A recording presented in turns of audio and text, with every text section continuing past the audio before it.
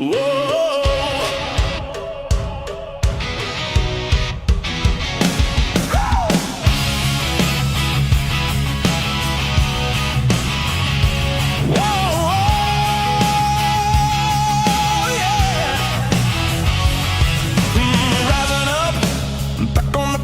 My lines, check the spreads.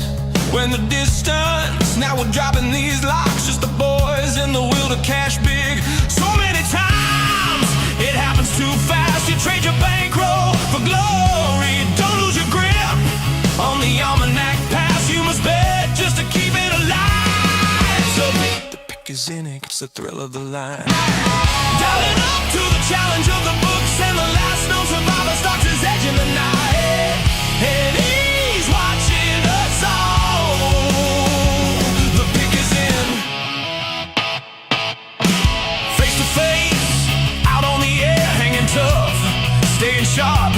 They stack the odds, still we take to the square for the win with the skill to survive. The pick is in, it's the thrill of the line. Dialing up to the challenge of the books, and the last known survivor stalks his edge in the night. And he's watching us all. The pick is in. The pick is in.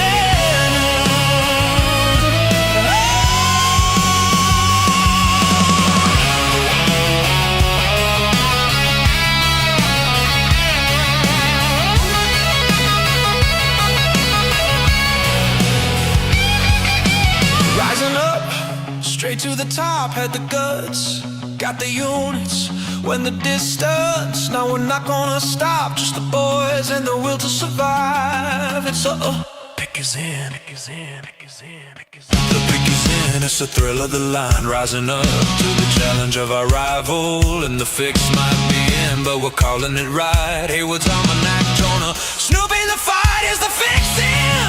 Is it all predetermined? Back to the future, future's looking certain. Tune in weekly for the picks and the laugh. Sports betting expert dropping knowledge on the path. The pick is in.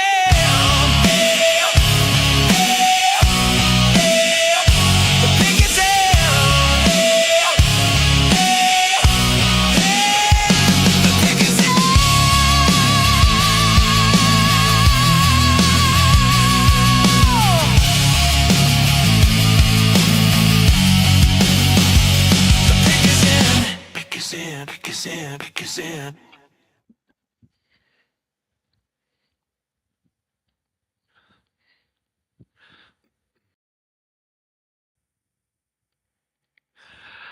Yo, yo, yo, what up, Snoop? Howdy do, sir. How are you? I'm all right. I'm a little under the weather. How are you? It's about the same. About the same? Welcome to another jam-packed edition of The Pick is In. That's Haywood. Or over there, that's Haywood. And that's Snoop. I'm Snoop. That's right. We're your co-hosts every Thursday. Glad to be back on this space. Another packed show we got loaded, locked, and ready to go. Thank you, everybody, for tuning in to the Pick is In podcast. Appreciate it. Don't forget to drop a comment, like, subscribe, all that good stuff. Cheers to Snoop Von Poop, and cheers to all the good people. Cheers. Salute. Drinking Red Bull tonight. Ugh. Hopefully it gives me wings. Dude, we got rain today here in the desert. How about that? Yeah, we got rain last night, man. That's been a long time since it's rained here. A real long time. It was raining this morning when I woke up. I was like, holy shit. It's crazy. We have these monsoons here, but parts of the valley don't ever see them. East Valley got hit hard earlier in the week. We didn't see a drop. It hasn't rained here in my area in at least 5-6 months. Dude, why don't you tell the folks where they can find us?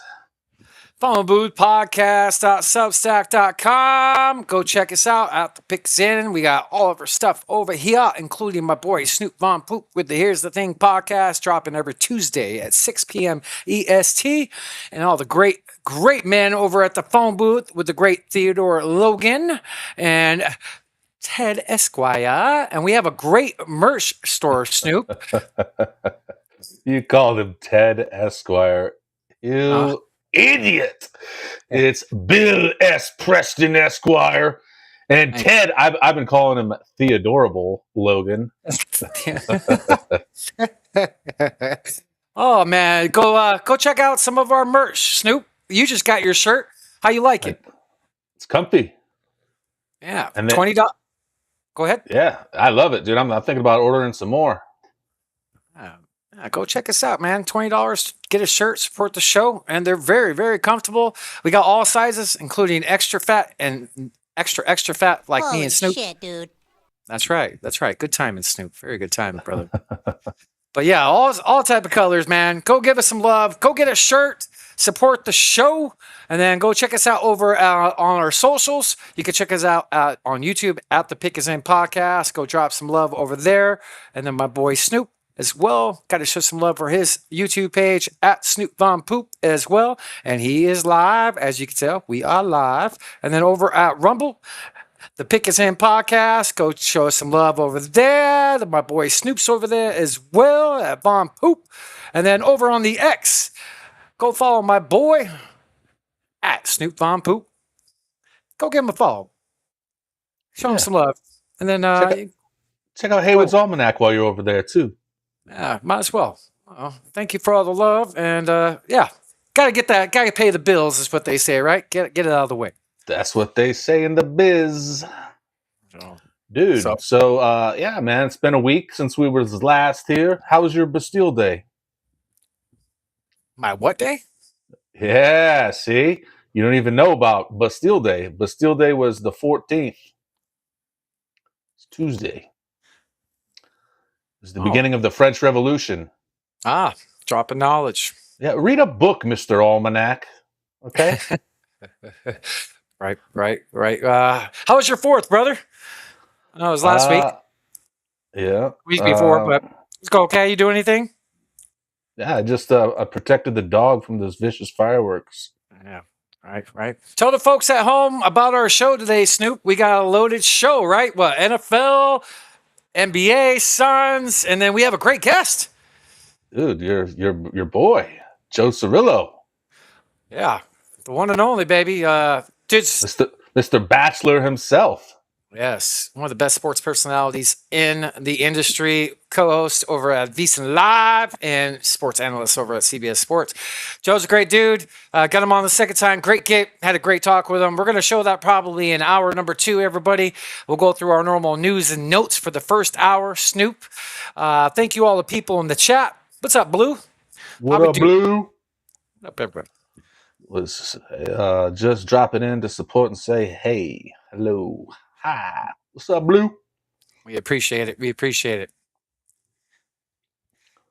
All right, Snoop. So let's get into it. What do you want to dive into first, brother? You want to dive into some football, you said? You want to get that done? Dude, let's talk some football. What's up, Johnny Mang? Yo, Johnny Mang. What up, baby? Great show yesterday. Great show. They had the great Jim Coventry, the legend, on their show.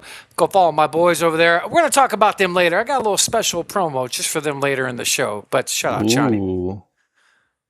Ooh, special videos. I don't even know about this. I guess I'm not special enough to be in the know. Damn. Well, yeah, much love, Johnny. Great show, man. Glad to have you tuned in, man. So, yeah, let's dive into some NFL news. You want me to lead off? Kick it off. All right. And I'll run it back Devin Hester style, baby. Ooh, I like that. The Saints and running back Alvin Kamara agree on terms on a deal that would... Hold on a second. Hold on. Before you start, hold on. I want to send a shout out to Ken the Bear fan. Congratulations, Ken, on getting your OG account back. I think he had around 11,000 followers, and he's been without his account since, gosh, I want to say September or October. I think he lost it. Damn. And so he finally got it back. Shout out to Ken. We need to get him on the calendar too. So yeah, Ken, come on the show. Formal invite right here if you're watching still. You're so ready to. We want you on, man. What did he say? Invite. 8 months. Holy crap. He was without it. And yeah, I mean, it's so crazy. And dude, like, there's so many people kept getting hit with this same stupid scam, man. Fuck these people that do that shit. That's just not cool, you know. So, You know, hey, you spend tell all this time building an account, you know, and then it can just be snatched away like that, you know, and there's nothing you can do about it, you know. tell the people at home what the heck. If you get a DM about voting for somebody for some type of podcast, is that what you're talking about?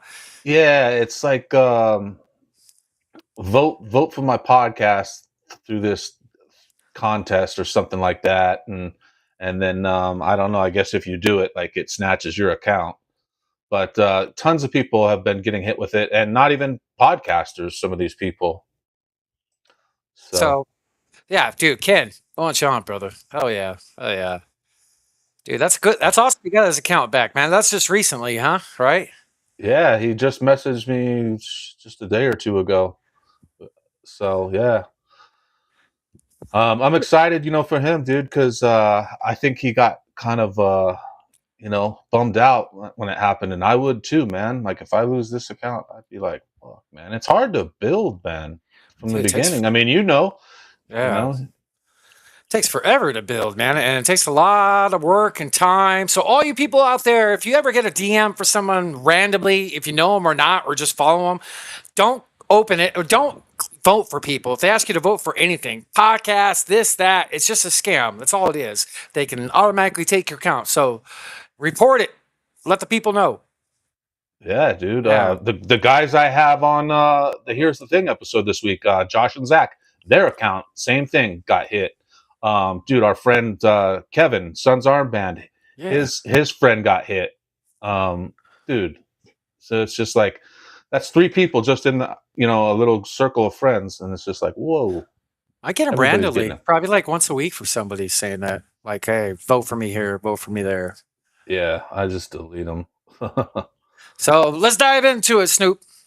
Yeah, all right. What you got for the NFL?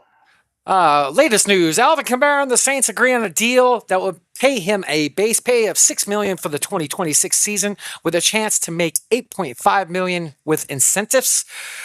A win-win that almost certainly means Kamara would finish his career with the New Orleans Saints. So I believe this news broke. I think it was earlier today, but Is that a bit high?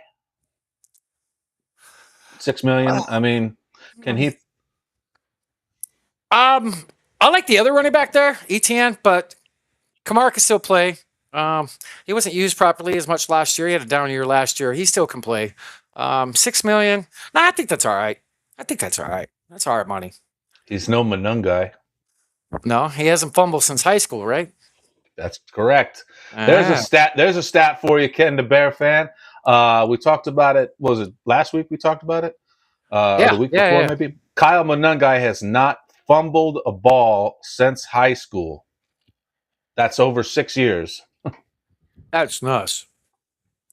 That's nuts. Yeah, yeah. What's it say? It's high, maybe, but for All right. future, but for a swan song, it's not bad, I suppose. All right. So, in other news as well, Cowboys wide receiver George Pickens officially will play the 2026 season on his $27.3 million deal franchise tender after Wednesday's 4 p.m. Eastern deadline for tagged players to agree on a long-term contract has passed. So, 1 year, $27.3 million. This guy balled last year. Better stats than CeeDee Lamb. He straight up balled out last year. That's a lot of money, Snoop, for a guy that's only had one great year. Do they have the best wide receiver room in football? It's up there. Yeah, it's up there. I would say it's in the conversation. Will the Cowboys make the playoffs? Never. No. No. As Nick Wilcox says, the Cowgirls is what we call them around here. Cowgirls. So, in other news as well, an investigation in Geno Smith for an incident which resulted in a woman accusing him of battery last month is no longer active, as the charges have been dropped. So no disciplinary, no charges there for Geno Smith. And hey, have you ever heard of the fantasy football guy Marcus Grant, Snoop? I don't know why. Why would I know this name? I don't have it pulled up, but look how similar. Marcus Grant. If I could pull up a picture of him. Marcus Grant and Geno Smith. Look. So here's Marcus Grant on the right? Okay. By the way, shout out to Tip Major. He's doing a podcast with the great Marcus Grant starting next week, or starting this past week on Tuesday. So that's Marcus Grant, right? So man, that guy on the left looks like a car coming down the road with both doors open with those big ass ears of his. He does have big ears, dude. He does have big ears, but he looks in the face. They look like each other. Anyway. Oh, okay. Anyway, did you hear about the Seattle Seahawks being bought and purchased for a record $9.6 billion? Damn. A group led by San Francisco 49ers limited partner Vinod Khosla has agreed to purchase Seattle Seahawks for that record amount. Pending approval August 26th. Looks like everything's going to go through. That is a shit ton of fucking money, Snoop. It is now, look at this, Snoop. It is now worth the fourth most money of any sports franchise in all the four major sports, just behind the Lakers. That's nuts. So, like Ken says, winning the Super Bowl up the price about $3.2 billion. So, how come the Chiefs aren't on there? I mean, they just won a couple Super Bowls. I mean, don't know. Just they should go that's out wild. too. That's wild. That's a lot of money. So I believe that's a lot of Yeezys. I think the team was bought for $197 million back in 1997. So that's a damn good profit, man. That's a lot of money. And I agree, the Super Bowl winning that definitely helped get that money up. But that's a lot of loot. That's a lot of loot. That's a lot. Imagine if the Bears win the Super Bowl this year. Which could happen. Ooh. Which could happen.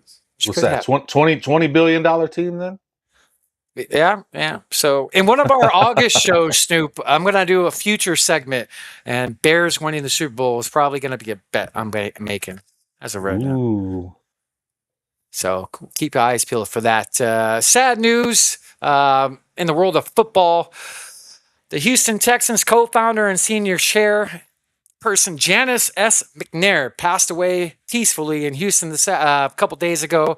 The McNairs are legendary when it comes to the game of football. So shout out to the family, condolences, and the NFL lost a good person there. I don't know if you heard about that, Snoop. I did not. Yeah. And in other news, free agent still to be Stephon Diggs, quotes, says, I'm the best wide receiver in the NFL. He's still a free agent. Nobody signed him. He had a very good year for New England last year. I'm surprised this guy hasn't signed with the team. He can still play, Snoop. But didn't he have some like off-field issues with like Cardi B last year, or some rapper or singer or something like that? Sounds about right. Doesn't he have a lot of kids too? Isn't he like got the baby mama drama? Yeah. That's right. He was on a boat with, I think, but Cardi B, and like the video had like drugs. They were doing drugs, and it went viral. I think I remember that. I think it was from last summer. Dumbass. Dumas. Let's see here. What do you got for football, Snoop? You got anything for football? I got 2 or 3 more things. I don't think I got anything for football, man. What? We got about 50 some days out. Yeah, man, we're getting close, dude. We're getting really close. Heck, I'll go right into it. Cardinals camp for me starts next week, the 24th. Cannot wait. Guys, if you guys are by a NFL team that does open practices to the public that are free, take your kids, go. It's a free time. It's very intimate. There's nobody there. I can't stress enough how cool practice actually is. Practice is badass to go to. Mine for the Cardinals, like I said, July 24th. I'm super excited to get out there this year. I won't be attending every practice like last year, but I'll probably get to at least 3 or 4 this year. Cannot wait for that. So yeah, training camp's right around the corner, Snoop. And I think the Bears are I think it's that same weekend, next weekend, that they report. All right. And I'm nowhere near Illinois. So I will not be attending. So I got 2 more football things. Snoop, you said you don't have any more, correct? Nope. All I got is basketball tonight. All right. So, all right, I got a video I'd like to play from the Fantasy Football Expo. The Expo is coming up. Snoop, let me know when I'm good, brother, and we'll play this.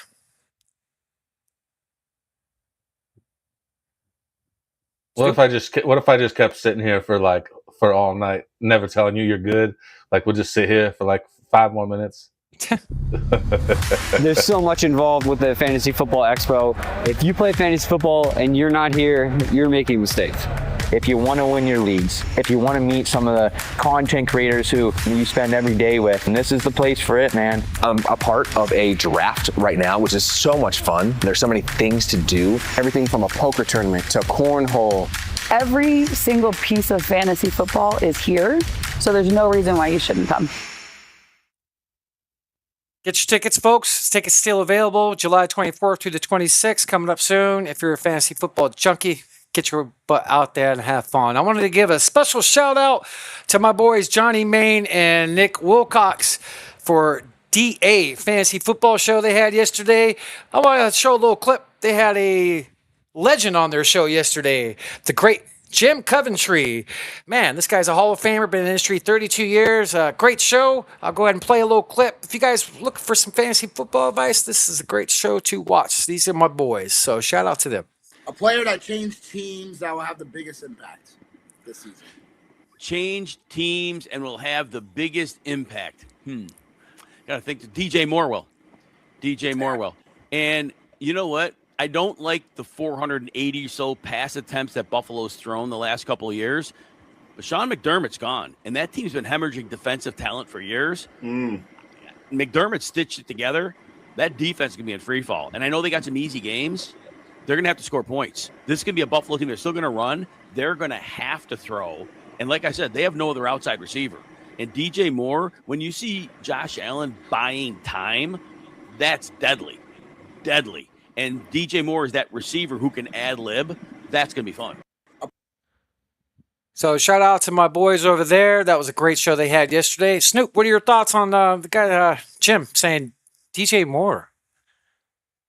I don't disagree. I mean, he's a great target to have, you know. I think he just didn't fit right with the Bears. You know, we got a couple of studs coming up, you know, with Luther Burden and Rome Odunze. And but yeah, I mean, he's a great target to have, especially like he said, you know, with Josh Allen building time, you know. They have no outside receivers there. He's going to play outside. I think Jim's right on point. I think DJ Moore. Stephon Diggs should sign there. Right. But I think DJ Moore's going on average round, 6th round in fantasy drafts as of right now. He probably is going to creep on up. That's a guy to look out for. Josh Allen, great quarterback. He doesn't have an outside receiver. I could see DJ Moore resurrecting his career there, to be honest with you. And it was time. Like you said, you have a young nucleus of receivers. And wasn't he the highest paid Bear coming in this year, too? Like, first cap? Dude, that's a Ken DeBear question. Yeah, no, I think he was. I think he was at like $28 million is what Mason, the great Dr. Mason West said when he was on. But did he? Yeah, but I believe it. So shout out to my boys, Nick Wilcox and Johnny Main, Fantasy Football Homeboys. So go check out this show. All right, Snoop. Ken says DJ Resurrecting. That's going to be my new DJ name. Ooh. DJ Resurrecting.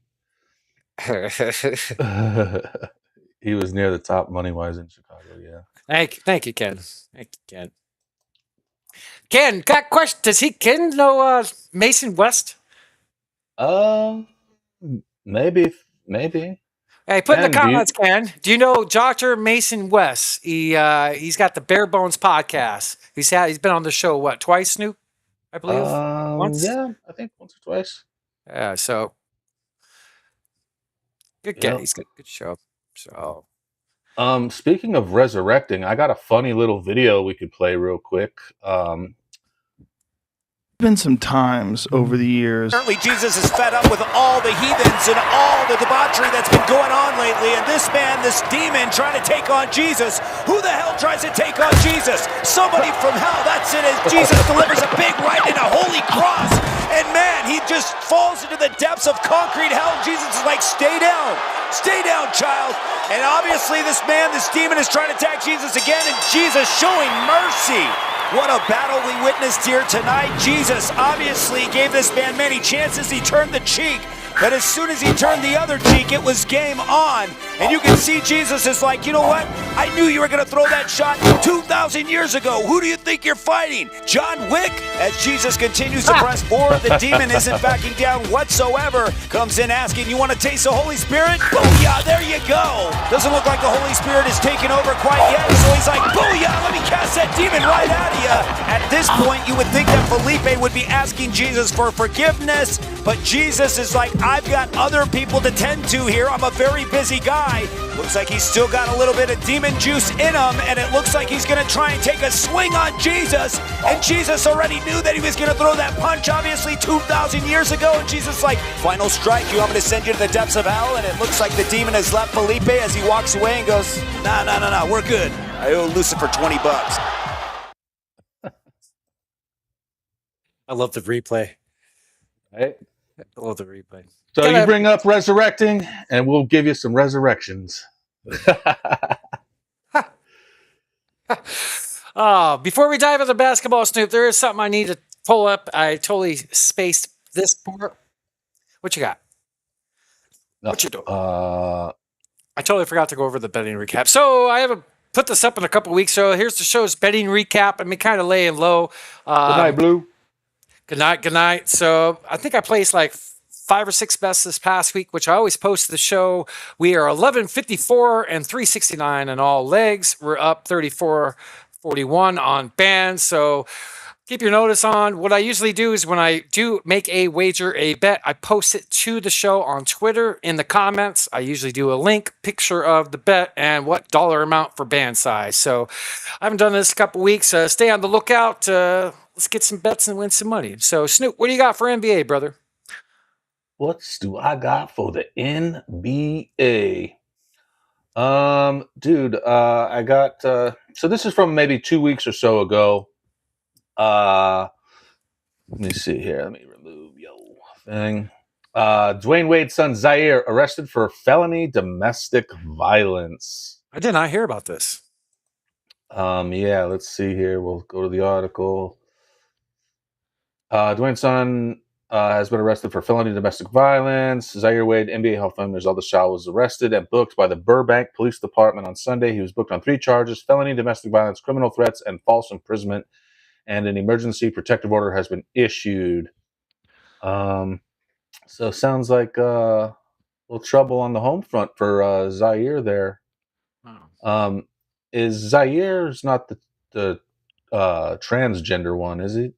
Like, I have no idea, Snoop. I have no idea, brother. Yeah. But so yeah, that's not good for Dwayne Wade's son. Did not know that. Zaire. And let me see here. What else you got? Well, go ahead and talk about your NBA stuff because we pretty much have the same things. So okay, and then yeah, go ahead.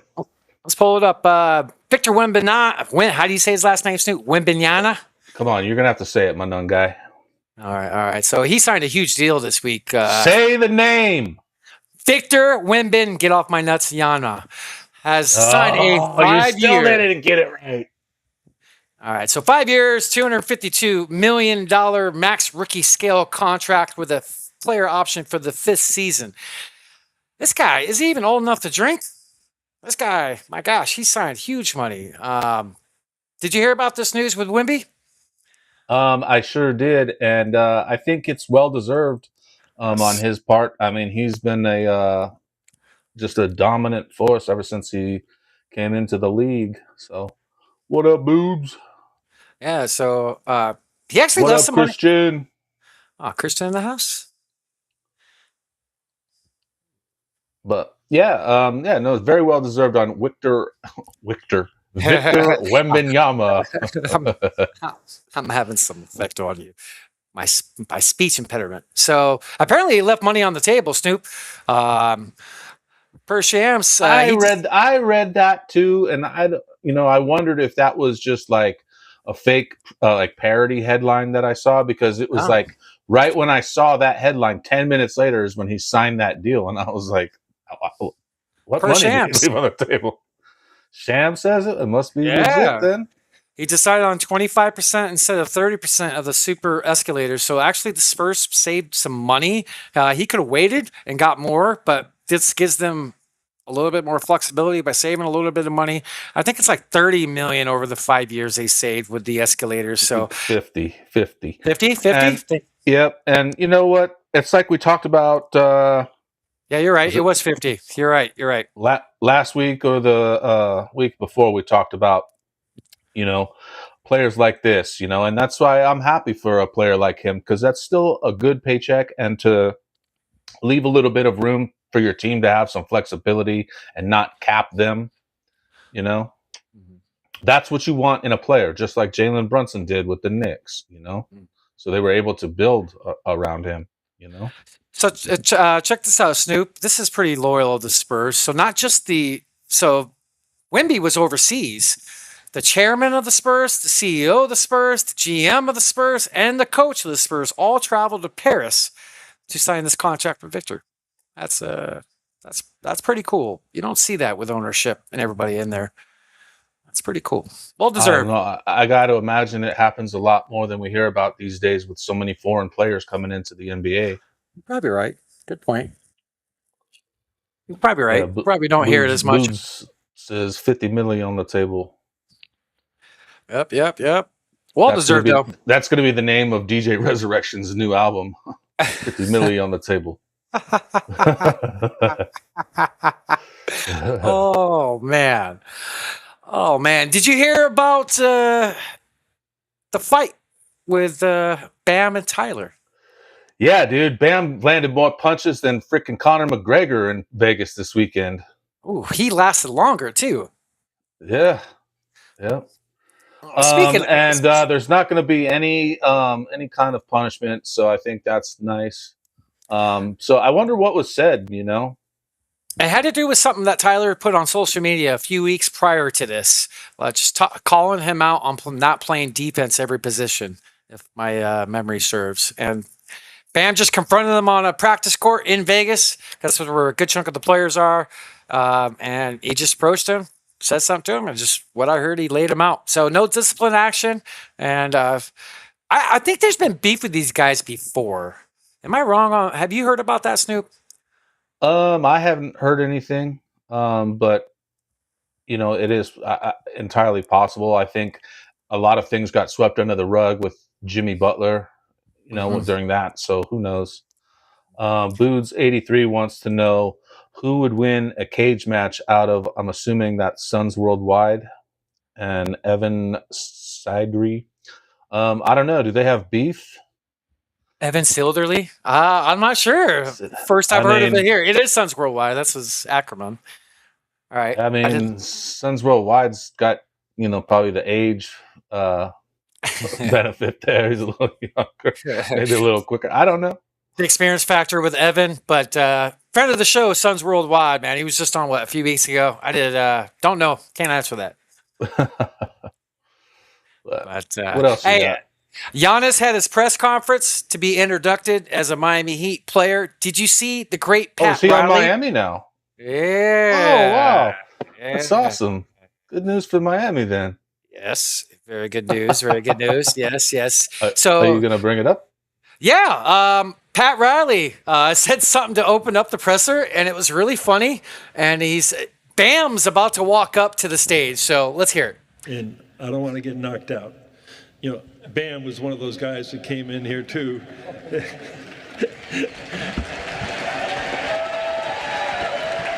Bam was in 2019, came in here, and he's been basically the foundation of this organization. And dude, Pat's still looking all right up there, brother. How old is he now, man? got to be what, about 118? Yeah. No, I want to say he's probably mid to late 70s. I think I'd have to look it up. Sounds all right. No jock tax in Miami. That's true. Yeah. That's true. Dude, I wonder how many people are going to want to go to Vegas once they have a team because of the tax benefits. All right. Dude, think about how much money these players save by not playing in California, dude. It's crazy. For real. That's a big deal. And like, you hear about these players getting taxed the max, like if they have a playoff game in California or something like that. Yeah. Like the NFL guys, they have to pay a lot more money. Great point, Snoop. You're right. If you play in California, your check from the NBA is where you play that week. So you're right. You don't have to be a California team to get taxed. You just have to play in the state. That's crazy. Yep. And the taxes are nuts. It's considered remote work in that area. Right. So Giannis at the Heat presser on his intro. Yeah. You always share about the Miami Heat culture and that guys work hard, guys are very disciplined, guys are very driven, and guys are very selfless and give everything that they can to win games. And I always was curious, what makes them so unique. In my career with the Bucks, we try to kind of recreate that. We try to create a culture that we come in here, we do our job. It doesn't matter who shines. All that matters is winning. And everybody leaves their kids behind, their wives behind, their husband behind, the people that they love behind for the common goal, which is to win. We spend more time with our teammate and the staff than with our own family, right? So if we are going to do that, we got to have the same mindset that at the end of this road, we might have a chance to win the championship. And I saw that Miami, when I started playing basketball, I think the big three was around 2010, 11, 12, 13. I think those are the years. Prior to that, I'm not gonna lie, I never watched the NBA basketball, so I didn't know much. But I kind of grew up under that era. So I know the expectations that this team has. I love pressure. Coach Spo talked about pressure, and I think I thrive pressure. I think I need pressure at this time of my career. I think in order for me to go to the next level, I got to get out of my comfort zone, and I feel like Miami was a place for me to be. We are very like-minded as a team and me, and it was a no-brainer. I wanted to be here. I'm excited to be here, and I want to get to work. So yeah, I mean, I'm excited. And listen, I don't think you're getting out of pronouncing his name. So go ahead, let me hear you say it. Giannis. Greek freak. Come on, Freako. Say it. You first. Tupo. Like that guy video you showed me. Tupo. Acapulco. Yeah. Was that Toad? Or no, that was the Jersey Jerry guy or whatever. Yeah. Like 20 different ways of not saying his name right. I bet Toad says it fucking right. I bet he does. I'm gonna ask him. I'm gonna ask him to make a video saying Giannis Antetokounmpo. I liked what he had to say. He said he can go up to that next level. Is he saying he could play better than what he has? Can he still excel on his game? I like what he said about going out of his comfort zone too. He's a small market type of dude as far as attention. He likes small markets. Everybody that knows that. So good for him. Going out of his comfort zone, and I'm sure Pat Riley was the mastermind of all that. Yeah, what is he? Is this his 14th season? Maybe some more. up there. Some up there. Yeah. I don't know, man. Maybe Bam takes a little bit of the pressure off of him. We'll see what happens with Miami. We got to see what happens with LeBron James. I really think Miami could be the leader in the whole LeBron James sweepstakes, if you want to call it that. 13 years, Snoop. 13. 13. Okay. So I very easily see LeBron ending up there too. And if that happens, then I think, it takes a little bit of pressure off of all of them.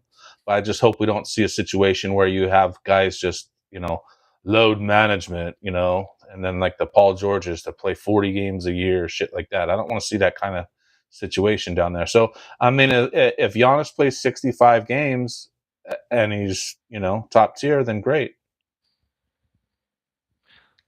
But anything less than that, and doesn't get me excited. Right. I think ball-wise, like I said before, LeBron on Miami, he could be a facilitator. I kind of like that move. I really do. So allegedly, Rich Paul was in Vegas, and he was wearing a sweater type something, and then underneath he wore had a T-shirt, and some fans deciphered that it was a Miami Heat shirt based on part of the shirt that they could see. So, and it's like a new shirt too, Miami Heat shirt. So, yeah. Did you see the Steve Kerr video in Vegas talking about LeBron? I did not. So that's going to roll in our next segment here. I'll pull it up. So the LeBron James inching closer for a decision. And let's see here if I can pull it up. In Las Vegas, all the players and coaches and GMs there. This is Steve Kerr getting asked by a fan about LeBron James on the Las Vegas Boulevard. Am I good, Snoop? Yeah. Good. Hey, we need to get LeBron, man. But we need LeBron. LeBron. Oh, we got him. Okay, that's good. And put that on Twitter. Okay, I got you. Was he trolling? Absolutely. Steve Kerr is the ultimate troll. I believe we've talked about this on a podcast. I made him the Golden Poop Award winner one day because he is a joker and a troll, and he played a lifetime troll joke on his son. He named his son Nick. Nick Kerr. Nick Kerr.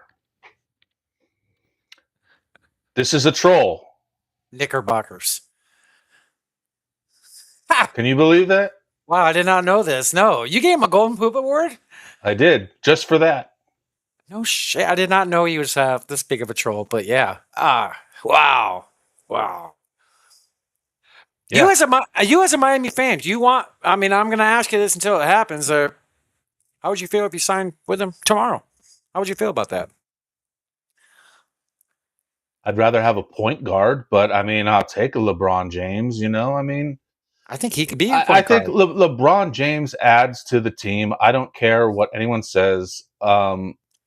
It's not the player I would want first, but like we've talked about previously, there's not really a strong point guard market right now.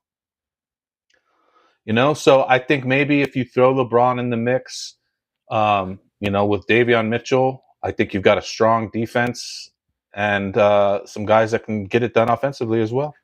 Could you see him taking a huge, could you see him being like a 10 to 12 assist guy plus if he came there and can kind of change his game a little bit more to LeBron James? Yeah. Well, what did he average last year? 7, 6? 7, 6.5, 7, somewhere around there. Yeah. You're talking double almost. That's a lot. I think he could. I could see him getting 8 or 9. Okay. Okay. I think he's going to take too many shots and too many fast break jams, in order to, he just won't get that many assists, especially when you have another point guard out there as well, Okay. All right. So speaking of LeBron, KD was spotted at the MLB All-Star game, and he was asked about LeBron James's next destination. Where do you think Another LeBron troll. ends up? That's the $1 million question I wish I knew. In your heart of hearts, what do you think, honestly? In my heart of hearts, if I had to choose one, Yeah. I would say Cleveland. But I think Philly got a big chance too. I'm waiting for the day where you two play together. That'd be crazy. Well, you're going to be waiting for the rest of your life. Forever. Wouldn't that be cool, though? We're both 40 years old, man. No, you're not. You're a young 36. I'm 38. 37. How old do you feel, though? 38. I want to see two 40-year-olds play together, for real. That would be sick, right? That would be awesome. But him and Steph. They say Golden State's in the two. What if that happens? Wow. Either way it goes, it's going to be a movie. Movie, no matter what. He's going to ball out. I Still agree. got a lot left. I totally agree. You're the man. I appreciate you, KD. Two trolls. Another troll. Yep. Oops. Yeah. Kevin Durant is a big time troll. Anybody that follows him on Twitter knows that. And the 6 accounts they used to have.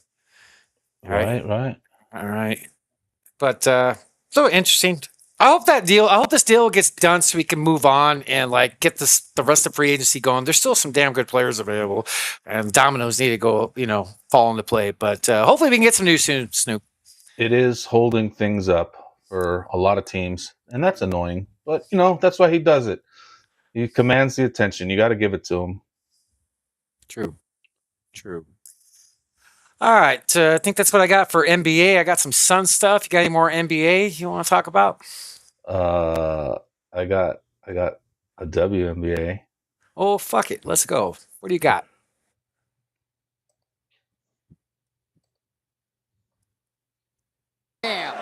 Indiana Fever. Let's start it over. Our referee for the co-main event, and Sophie Cunningham, Indiana Fever guard in the WNBA. Caitlin Clark's on-court enforcer, handling the octagon card duties for round 1. Nice of Red, Chrissy, and Brooklyn 2. Of course, Snoop. Of course. Any chance I get to play a Sophie Cunningham video on the podcast, we do. So. That was longer in the fight than the main event. Speaking of, I didn't have that prepared. Condor was hurt before that fight. I heard this as well. He was. Did you see him taking off his shoes outside the cage, and he was limping, like hopping around on one foot? Yeah, I didn't know if it was AI or what, but Christian, oh Lord, I knew you were gonna go here. I have to. What's up, Carter? What up, baby? Good to see you, brother. Let's get Sophie on the podcast. Come on, make it happen, Haywood. All right, Sophie Cunningham, Snoop Von Poop wants you on the show, and so do I. Let's go. So come on the show. What do we do? We just send a media request to the Indiana Fever or something? Let's just edit a video and tag her. I have a video that I'm about to make, and she's going to be in it. So, dude, I'll tell you off stream what I'm going to do. Yeah, okay. All right, so let's roll on some Suns news. I think we're all done with all other teams. You know what, dude? I got a bit of Suns news. I forgot I had this. What's this? Free parking all season long. Suns are offering free parking this year for all new season ticket holders who buy lower level tickets. So for those that don't know what a savings that is, so that's 41 games, and let's say you're saving $30 a game. That's a nice little savings. Money. Dude, Ishbia. Shout out Ishbia, best owner maybe in the NBA. Dude. That's pretty dope. And we were talking about parking with the D-backs last week with shout out to Mr. AZ Sports. Maybe we can reach out to him and have him on the pod sometime. But yeah, what was it, like a weekday game? Parking was $40-$50 at a Diamondbacks game, right? Parking's ridiculous. And that's so badass. Our owner is sacrificing his own money to give back to make it a better experience. Take that money you're spending on parking and spend it with your family inside the game. That's awesome. Yep. I love it. Oh, dude. Let's see here. Did you hear about, let's see if I can pull it up. Miles Bridges. Some more news coming out. Let's get into that real quick, Snoop. Tell me about it. All right. So from TMZ, Miles Bridges' ex accused of assaulting the NBA star. Not him getting accused of, but her for throwing water on him. And there's an incident involving the children. This is something recent, so it's something to look out for. Hopefully it is just something on her end and not his end. I'm not going to read the whole article, but it's basically in a nutshell that they got an argument. She threw something at him, water and some other things, and the kids were involved. So Miles claims that it's false, that what she's trying to attempt as well, but charges are being pressed on for her. Good. You know what? These hoes ain't loyal. And it's about time they start, having their fair share end of things, because a lot of these women instigate these guys. And, I'm not saying these guys are right for attacking. That's never right. But, you know, a lot of them try to instigate it. I had an ex that would fucking purposely try to get me upset and try to bring that out. And I was like, what the fuck? What is that? That's bullshit. Yeah. Yeah. So keep your nose clean. Have a great season. Get paid, extended. Let's go. Let's just drop all this in the rearview mirror. So Sun Summer League's been going on, Snoop. Let's see here if I can pull it up here. All right. So, all right, here we go. Cool. All right. Suns are sitting in third place in the Summer League at 3-1.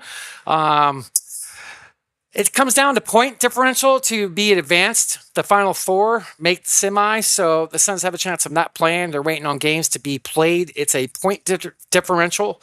So coming in today, the Suns were plus 15 on the points over the teams that are chasing them and trying to get. So the top four go. So did you see the type of stats that Man has been doing? Molly Watch. Yeah, was it around 20 and 12 or something? Dude, he's balling, bro. He's 19 and 11 against the Blazers, 15 and 15 against the Pelicans, 21 and 10, 23 and 15. And then news came out today. This is actually good news, something we talked about last week with Eric Ruby about our best players on the Summer League not being played after the first few games. So Molly Watch, Fleming, and Koa Pete are no longer playing in Summer League games because they're just frankly too good for the competitions. Man's balling, bro. Man is balling. That's great to see, man. Great to see. I got a little clip from our boy Eric Ruby. He had Tim Legler on his show last week talking about Molly Watch, and I want to show that real quick. Am I good, Snoop? Yep.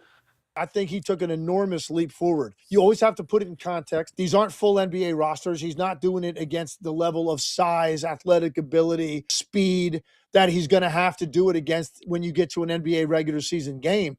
But it doesn't matter. Like, the bottom line is he showed progression, stepping out, shooting the basketball, his intensity in the paint. I thought his energy, his enthusiasm to be there, because look, not every second-year player is always super enthused that they're asking him to go to Vegas. This was really important for him to be there, and mostly it was important for him to be dominant, and he was. I think he took an enormous leap forward. Great to see, great to hear, and great that he's not playing no more. And he went beast. I watched 2 of the games. He looked great, bro. He looked great. Yeah, that is exciting to hear. We'll see how he adjusts, you know, with NBA players. I'm excited to see his ceiling. So another one point I want to bring up. One thing I was unaware of. I didn't realize how vocal this guy was. Like, every play, he's telling his teammates where to line up on defense, where to be on this play, like communication, holding people accountable. This guy every second was saying, like, being a leader on the floor. That's a great sign. And folks, this guy's what, 19 years old? Yeah, 19. You know, the sky's the limit for this guy. The 10th pick in the draft last year out of Duke. Yeah, he didn't play much, but he played later in the season. This guy's got talent. You know, he's only 19 years old. Man, that's crazy. Crazy insane. You got any Sun stuff, Snoop? No. I mean, we talked about Miles Bridges. So his deal is final now. That went through. So that's a good signing for the Suns. We'll see if these off-court distractions don't become an issue, though, you know, with him. Hope not. So. I need Kennard pick number 8. Like EJ, the number 8. The Booker 15. What, Bridges is what, 22, I believe, as far as numbers. I could be wrong on that one. Yeah. Yeah, looking forward to Suns. Camp starts in September, so we'll see how the Summer League plays out. See if we're not done. I mean, we got a great young nucleus, and that's what it's all about. If our young core just keeps growing and growing and growing, Booker will have some running mates to help him. It might take a little time. We might win a championship this year, but in the next 3 to 5 years, the window is great for us. You know, Booker's still going to be in his prime in that time, so we just got to be patient and let these young players grow and just get better. Yeah, I agree.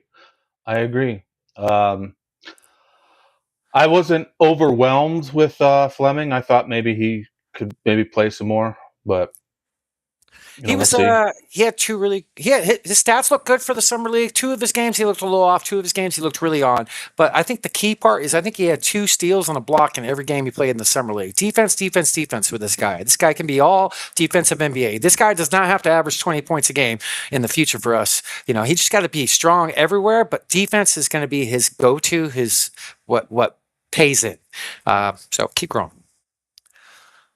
All right. What you got next? Well, shoot, I did forget about something. So our boy Eric Ruby in Las Vegas interviewed Shams out there, but it is kind of long, Snoop. I could fast forward it. Should we play this if I fast forward it? No. Okay. Just talk about it because I don't want to talk about steal their content. Yeah, no. Just shout out to him. If we could take it off the screen, just basically everything we talked about with the contracts.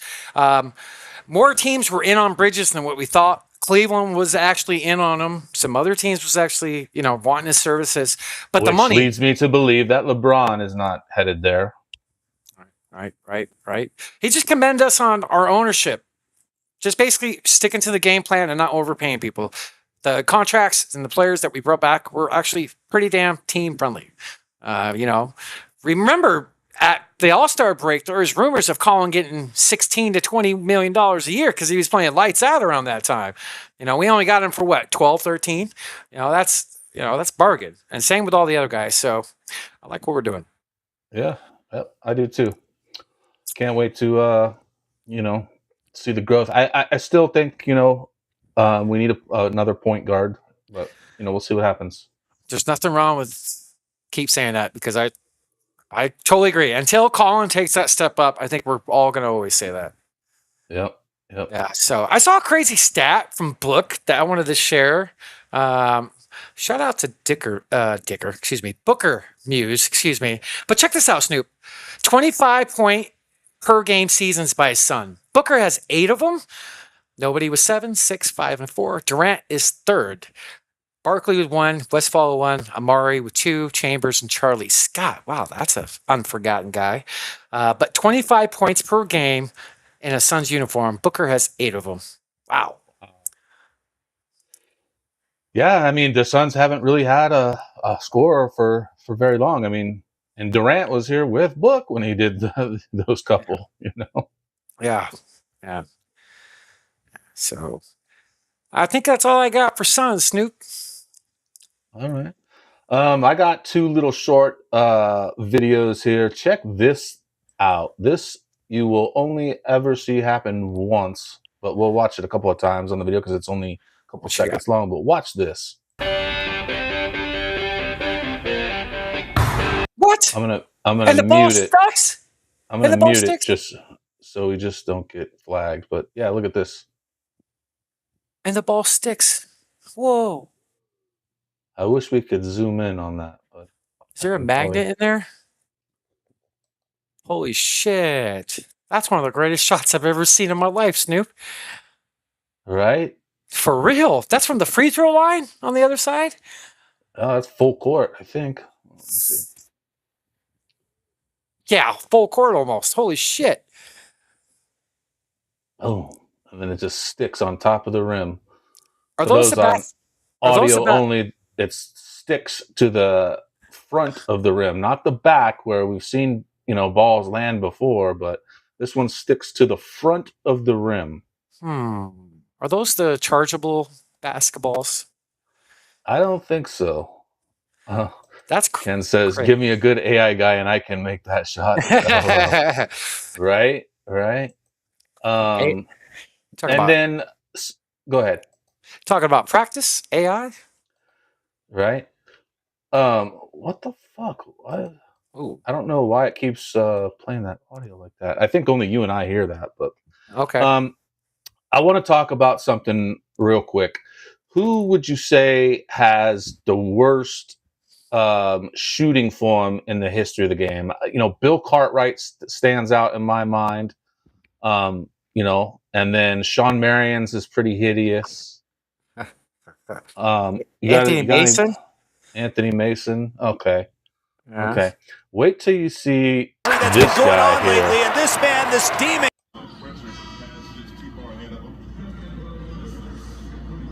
What the fuck? Is that a shot put?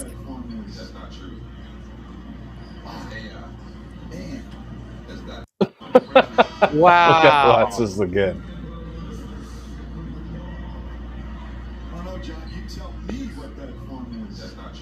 I don't know. That's not technical form at all. Oof, man, that's brutal. Did the shot go in? No. Oh, okay. Bill Cartwright, for sure, is probably up there for me. Yeah, Bill Cartwright is. Shaq at the free throw line. Shaq at the free throw line. That was pretty awful. The praying mantis of Marion. It got better over time. That's what a lot of people are saying about Koa Pete. His jump shot. He shoots from the chest, kind of like what Marion used to do. As long as it is reasonable to be coached and get better on techniques and your form, he'd be fine. He's Marion shot the ball just fine, even with his ugly looking shot. Oh man, so dude, we got the great Joe Ceraulo coming up here in just a minute, and we got about an hour and one.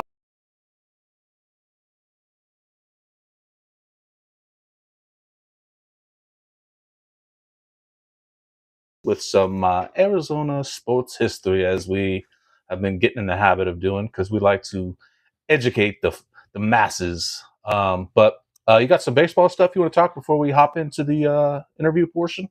Yeah, we haven't talked much baseball here, folks. One thing I love about our show is we're diversified. We cover a lot of different things. It's not the same thing every week. We cover betting.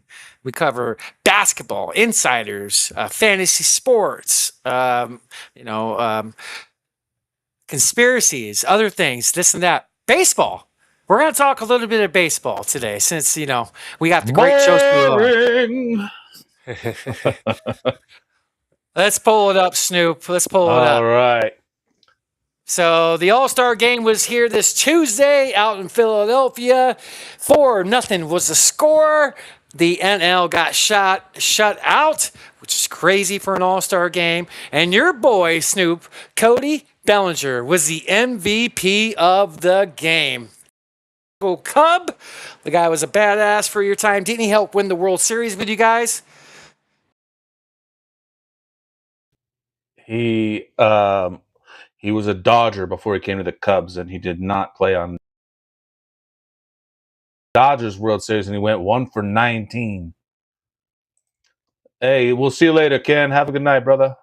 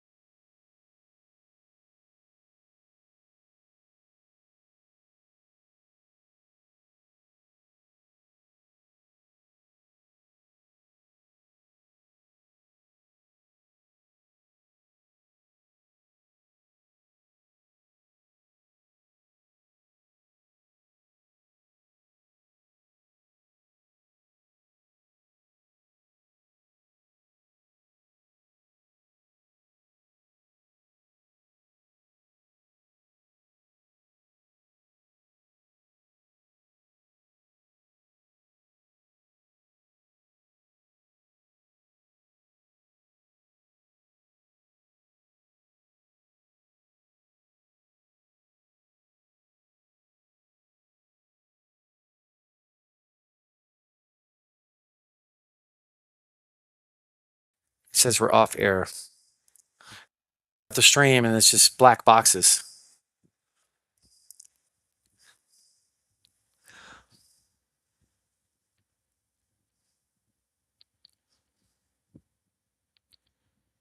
All right. I think we are back. All right. Okay. Yep. Yeah, we're back. Sorry for the technical difficulties. Thank you, Christian, for telling us. How long did it go out? Do you know? I wouldn't say a minute or two. Christian, how long were we out? Give us a comment or text me. How long have we off air? Yeah, let's just finish this out and then roll into the interview. Yeah. What were you saying now? For next year, the schedule came out. Opening day is really early. March 24th, and traditional opening day is the 25th. And it's a Netflix exclusive game. So, I love how even Major League Baseball now has taken the road of, they're doing where you have to have, Netflix, Peacock, Prime, every service to watch, the games, It's ridiculous. We're off air 90 seconds. All right. So we're not going to have as of right now, we're not going to have a season in baseball next year. There's going to be a strike. The talks and labor negotiations right now, they're so far apart, it's unreal, like really far apart. We've had labor problems with sports in our lifetime, Snoop, right? Baseball, 94, the NBA in the late 90s, so on and so forth. They're not even on the same freaking hemisphere, Snoop. We're not going to have baseball next year, folks. So enjoy baseball that we have left. Soak it in. Take your family to a game. And this could be an awesome trade deadline, by the way, because some of these older teams that are trying to win now could go all in, like Philadelphia and other teams. Like, this could be a really exciting trade deadline because there's not going to be baseball next year. And I hate saying it. It kills me. It's going to suck. But as of right now, we're just not going to have it. Well, that'll be a bummer for a lot of people. I don't watch much baseball, so it won't affect me too much, but it is what it is. So, I brought up the standings, Snoop, but let's share that real fast before we go into the recording. MLB standings for the American League. Tampa Bay sitting up at top and the number 1 seed at 56-38. Yankees, second place. Dude, Chicago White Sox, Snoop, out of nowhere. They're like one of the worst teams in baseball history the last 2 years, Snoop. Their young talent's turned it around. The Twins were not expecting to be good this year. So we got some races. There should be some good baseball coming here in the second half of the season. And then in the NL, the Dodgers are sitting atop as the number 1 seed with the Brewers, Braves, Cubs are in 4th place right now, Snoop, followed by the Phillies, Marlins, Cardinals. My Diamondbacks are sitting right outside the wild card looking up. But, hey, remember those futures I did in the spring training? I had Chicago winning the division, Seattle winning the division, and Detroit winning the division. So that's our look at our MLB standings, where they sit. So enjoy baseball the second half because we're not going to have baseball next year. Allegedly. So, dude, we got our interview with our guest we're about to show, man. How'd you like talking to Joe? Yeah, I love talking to Joe. Joe's a great guy, very informative, knows his stuff.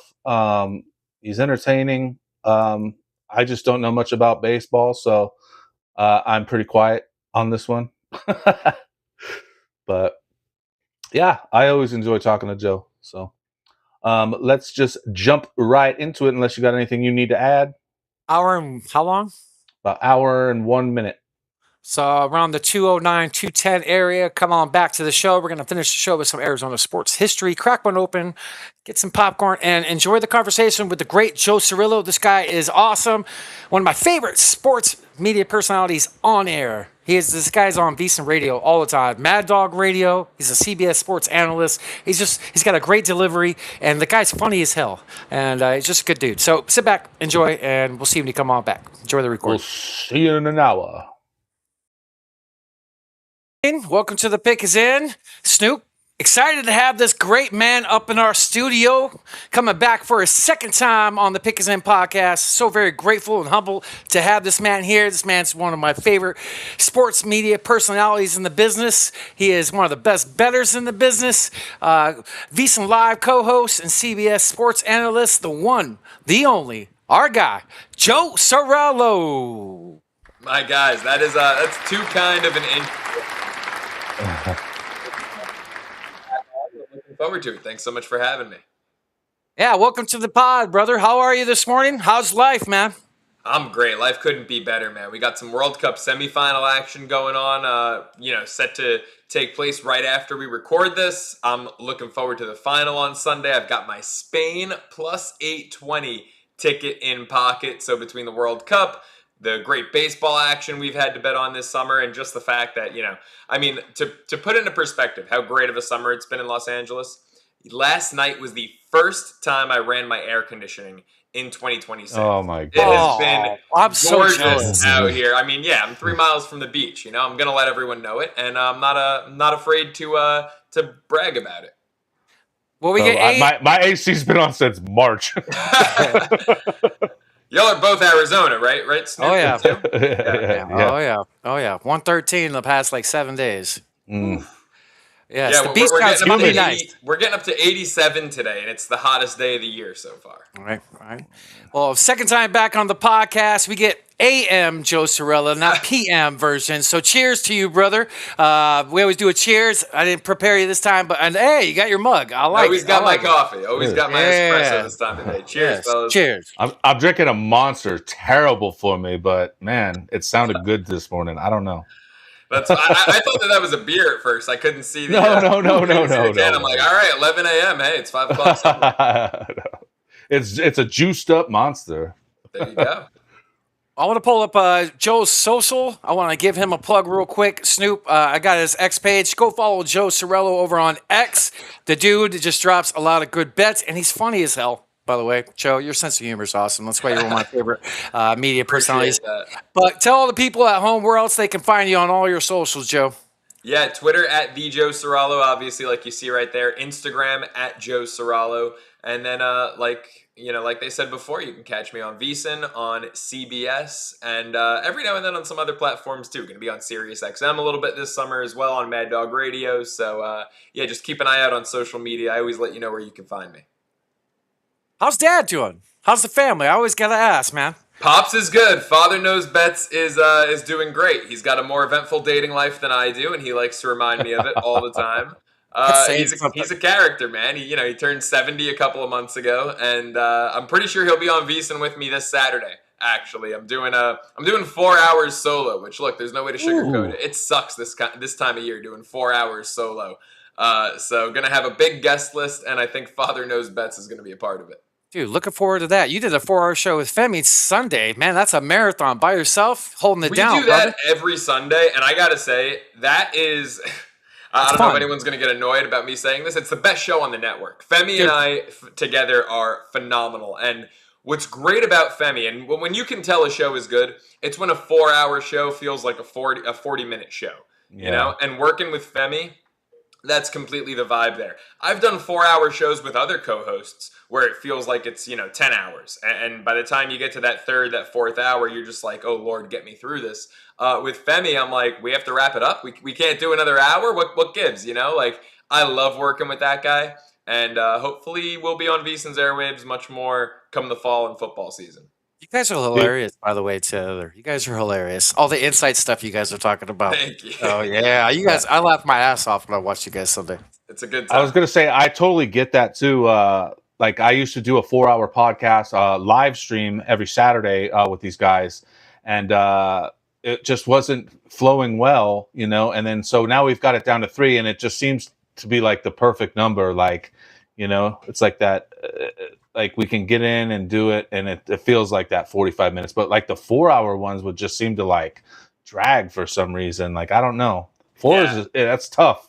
It's tough to do. That jump from 3 to 4 hours, I learned very quickly in this business, is a massive jump. I mean, look, I was doing 3 hours solo 5 nights a week when I was doing Cashing Out every night on VSiN. And 3 hours solo is not easy, but, I got used to it. It was manageable. But 4 hours, whether you're solo or with a co-host, that jump from the 3rd to the 4th hour, I think everyone, when they've been in the business for a little while, realizes that's a massive jump. And when Femi and I are on the air together, and we have a tremendous producer, Preston, who I want to shout out as well, because he is incredibly important to the program. When the 3 of us are working together, things just flow. And it makes for a great show. Right. Your chemistry is a little secret to make a show correct when you're looking for that. Like when you said, if time flies, that's great. But I'm definitely looking forward to it. You said this Sunday or this Saturday, Dad's coming on? Saturday Pops will be on. Yeah, I'm on Saturday 4 to 8 p.m. Pacific solo, and then Sunday the usual noon to 4 Pacific with Femi.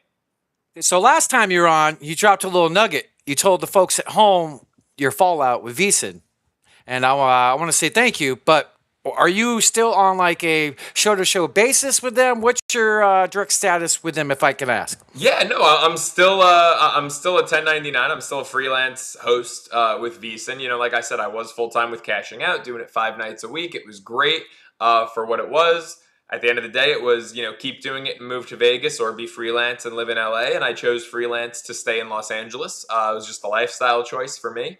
But no, things are great. I'm on numerous times every week still. Femi and I have that show. Hopefully that show will expand in the fall. We'll see about that. Everyone knows, I feel like it's not really a secret in the industry. August always brings lineup changes. So hopefully there's some expansion in Femi and my futures because that show is a great product and I just want to keep it going. Is it every end of summer like that because of the season change? Like, is that why they do it at that time? Yeah, it's a football season thing, like summertime, Oh, okay. A lot of people take off. Most contracts in this industry, they're not January 1st to December 31st. Most contracts do start sometime around, early August, late August. But typically, yeah, this is, we call it lineup season in the business. So yeah, it all really revolves around football season. Labor Day is our new year in sports media. So that's kind of how things roll. Makes sense. Well, I appreciate you being here. I got a little take from when you were on last time. I want to give little nuggets to these people at home about dropping some of your bets. Let me see if I can share this here. Joe, do you remember the Super Bowl bet you gave out for the show last time you were on? Oh, man, I gave out about 5 or 6 total, but I think they all hit. So which winner was it? All right, let's bring it up, Snoop. Am I good? Yep. All right. And this is something you guys are getting before anyone else. My first prop bet of the Super Bowl. Kenneth Walker at BetMGM over 20.5 receiving yards. Minus 110. That is the best number and the best price. Over 20.5 at minus 110 BetMGM. Kenneth Walker receiving yards.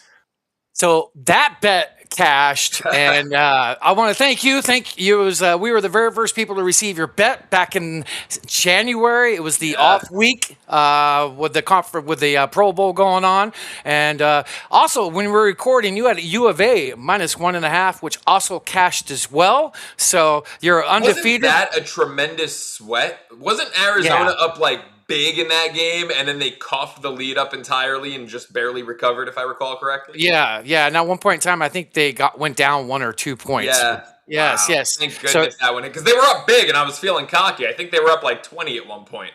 Yes. So you were undefeated here on the Pick Is In, so we're going to hope to continue the good mojo. You know what you're talking about when it comes to bets, so I'll always push and promote you. So thank you so very much, brother. Yeah, man. I'm curious to hear what kind of action you've had in your sheets lately, dude. What's new? I hope we're talking about old spreadsheets there, right?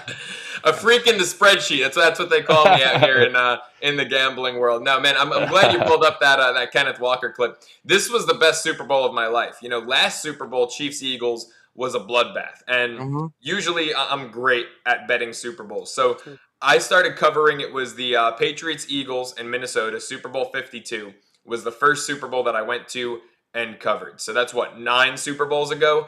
I'm 7-2 against the number in those 9 Super Bowls. I literally say the Super Bowl is my Super Bowl because the truth is I'm great at handicapping the big game. Chiefs-Eagles was a bloodbath. I've had 2 bad Super Bowls, and it was Chiefs-Bucks, Chiefs-Eagles. And I believe I had, it was one of those where I'm hosting 5 nights a week doing Cashing Out, right? And I've talked to other VSiN hosts about this because other people fall into the same trap. It's such a slow time, and it really is, you have too long of a period to analyze one football game. So what happens is you just find yourself at times just adding bets to the slip. And it's just you're forcing stuff because it's 2 weeks. You have to create content. So you're like, oh, maybe I'll take this guy's receiving prop. Oh, this guy to get a sack? Yeah, that sounds good. Let me take this guy to get a sack. And it's just, I had ended up with 11 bets in that Super Bowl. I went 1-10. It was a bloodbath. This year, I said, I'm not going to overdo it. I was eyeing 3 bets. I ended up with still more than I planned. I ended up with 6, but I went 6-0, kept the handicap really sharp, kept it a strong fade of New England. And yeah, it worked out. It was a great Super Bowl. But I say all that to say my favorite bet, I did not give out as, an official bet. I did put it on the spreadsheet when I parlay? did it. No, it was a call sheet on a certain celebrity to attend the game. I love those props. I said, look, do with this information what you will. This is a fun bet. It's not counting towards my record. Kind of like the halftime with the songs and stuff. And I nailed, Bad Bunny's first song, Tite Me Pregunto. I bet that. And then I lost Cardi B to make an appearance, so that was like a wash. But my biggest bet of the Super Bowl was Mark Wahlberg to not attend the game. And I'll tell you, these prediction markets, the truth of the matter is a lot of them are pretty damn corrupt, because I got a call from a buddy in Vegas about 30 minutes before kickoff. And he goes, "You'll never believe who I just ran into." And I said, "Who?" And he goes, "Mark Wahlberg." I said, "Oh, shoot." I said, "So I guess he's not going to the game." He goes, "I asked him point blank." He said, "Hell no, I'm watching it at my country club here in Vegas." You go on call sheets, minus 150 for him not to attend the game. I maxed out my account on it. I mean, whatever was left in my account, a few grand. As soon as I got that phone call, he wasn't going to be at the game. And it really does show the prediction markets can be so corrupt. You got to call a spade here. But that was my biggest bet of the Super Bowl, Mark Wahlberg to not be at the big game. Well, he lives in Vegas now, right? Yes, he does. Yeah, so I think he's building like a huge gym there or something. I heard he was trying to build like a mini Hollywood setup, with movie studios and everything. But I think it got denied maybe when they applied with the state or something. I remember hearing something about it maybe a year or so ago.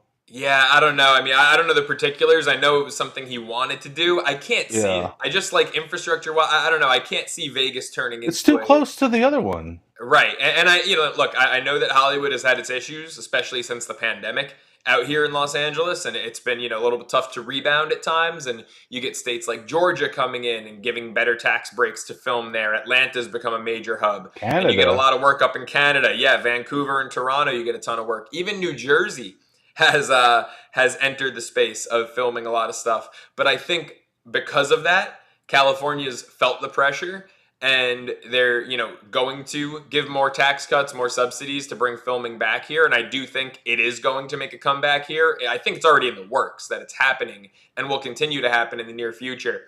And yeah, I think just based, like you said, on proximity, I don't see Vegas rivaling the actual Hollywood, even though Hollywood has had its rough patch in the last decade, especially since the pandemic. I don't see Vegas competing with Hollywood.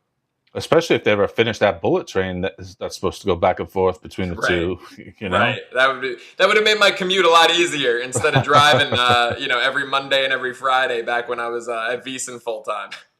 I want to commend you to getting back on track on Super Bowl. As we discussed last time you were on, it's our day, and we conquered it. I went 6-1 on my picks for that day. Won the show. I think, I don't know. I've had some good days with this. That was one of my better days. Show bounced back. One I was chicken crap to even place a bet was Ken Walker MVP.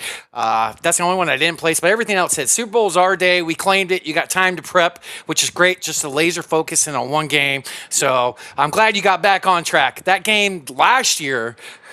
Forget that game. Rearview mirror, baby. Bloodbath. It's something, though, that I've got to stick with. My 2 bad Super Bowl performances in the last decade were both back in the Chiefs. And at the end of the day, Kansas City, they've made me so much money along the way.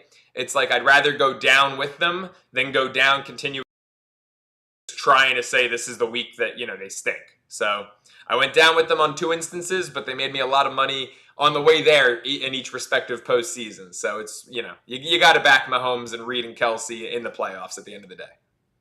Joe, do you have 60 seconds to show you how much money this spreadsheet can make you? Joe's pickup line. We got Joe's spreadsheet we want to pull up, as we always do, being transparent for the boys. Inside joke for y'all that watched last time. Right, yeah, Joe? That was great. That's a great line at the bars for sure.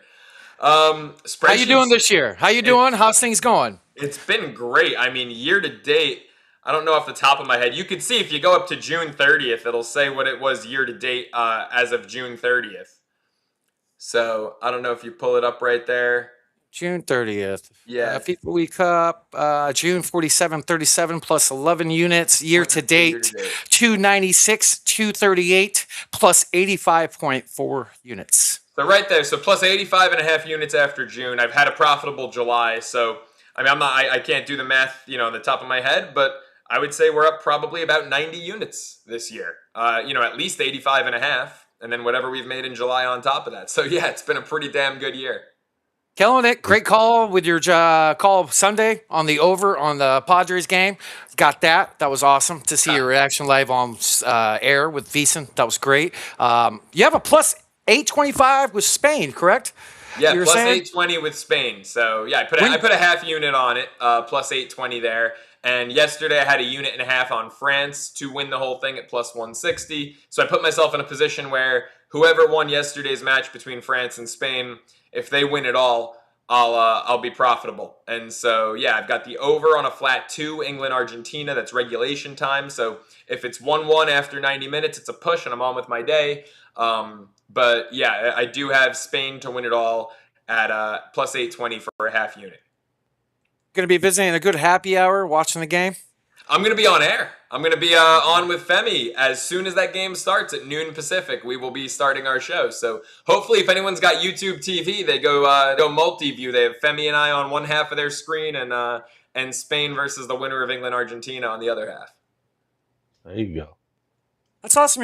You big into soccer when the World Cup's around? Yeah, I know you're big into most sports. Yeah, I've gotten big into soccer with the World Cup. I'm not a huge soccer guy, admittedly. But, it's one of those things where with the World Cup coming to town, I knew it was going to dominate a lot of our time on air. I knew how important it was going to be to talk about. I see some other shows on VSiN, and they don't give it the time that really it deserves, being the biggest event in the world. We have to remember, obviously as Americans, we put football in the Super Bowl #1. This is bigger than all that because it's worldwide, right? Maybe not here in the USA, but globally, this is bigger. So I definitely wanted to get in on it and be polished and make sure when I did speak about it, I knew what I was talking about. And we've had a slightly profitable World Cup. I think I'm up about 2 units total. Nothing crazy. But you know what? For a sport that's not my bread and butter, for me to be up at all, I'll take it. And I've had a lot of fun along the way. It's been really entertaining, exciting soccer. Hey, how was Radio Row? You killed it. A lot of your content. I forgot to ask you about that. Last time I talked to you, you were on the way to there. I know you had some great interviews, with Alexander and some other people as well. How did that experience treat you this year? Oh, it was great. It's always great. It's like a family reunion. You run into a lot of friends. You meet some new people. And, it's always a great time. The interviews, the content, the networking, and the partying are top tier. I like that last part. I like that last part. Hey, Zoe is always a great guy. Oh, it's always entertaining when you guys talk, man. He always has something good, and we talked about him before. One of my favorite Cardinals. Just a great down-to-earth guy, very insightful as well. What's on the horizon for you for football? Are you doing stuff with CBS Sports? Are you doing anything on that avenue or doing any baseball analytics with them? Yeah, no, CBS and VSiN for football season. CBS predominantly right now baseball stuff, and then that'll pretty much carry me through the World Series with them, and then I'll pivot to football, mid-season when it comes to them. VSiN, obviously, whatever's going on a week-to-week basis is what I'm covering there. A little bit of everything, different dynamics as I'm, a host for one and an analyst for the other. But yeah, it'll be more of the same with each network. So I want to dive into MLB. I got a little clip I want to talk about with your team, the Mets, and what you discussed back then. And I want to see how you feel and your takes on the season so far this year. Am I good, Snoop? Yep. I'm not a fan. And I feel like a lot of people have come around after the Peralta deal and the Bo Bichette signing. And I'm going to stand on 10 toes here and tell you I am still not a fan, because I just thought that the order of operations of the moves, like the Bichette signing in a vacuum, sure, it looks great, right? Bo Bichette's a hell of a ball player. Why did we get there? Why did they feel the need to overpay Bichette? And, I come from the school of not my money, so I don't care what the numbers are. Cohen's a billionaire, one of the richest guys on the planet.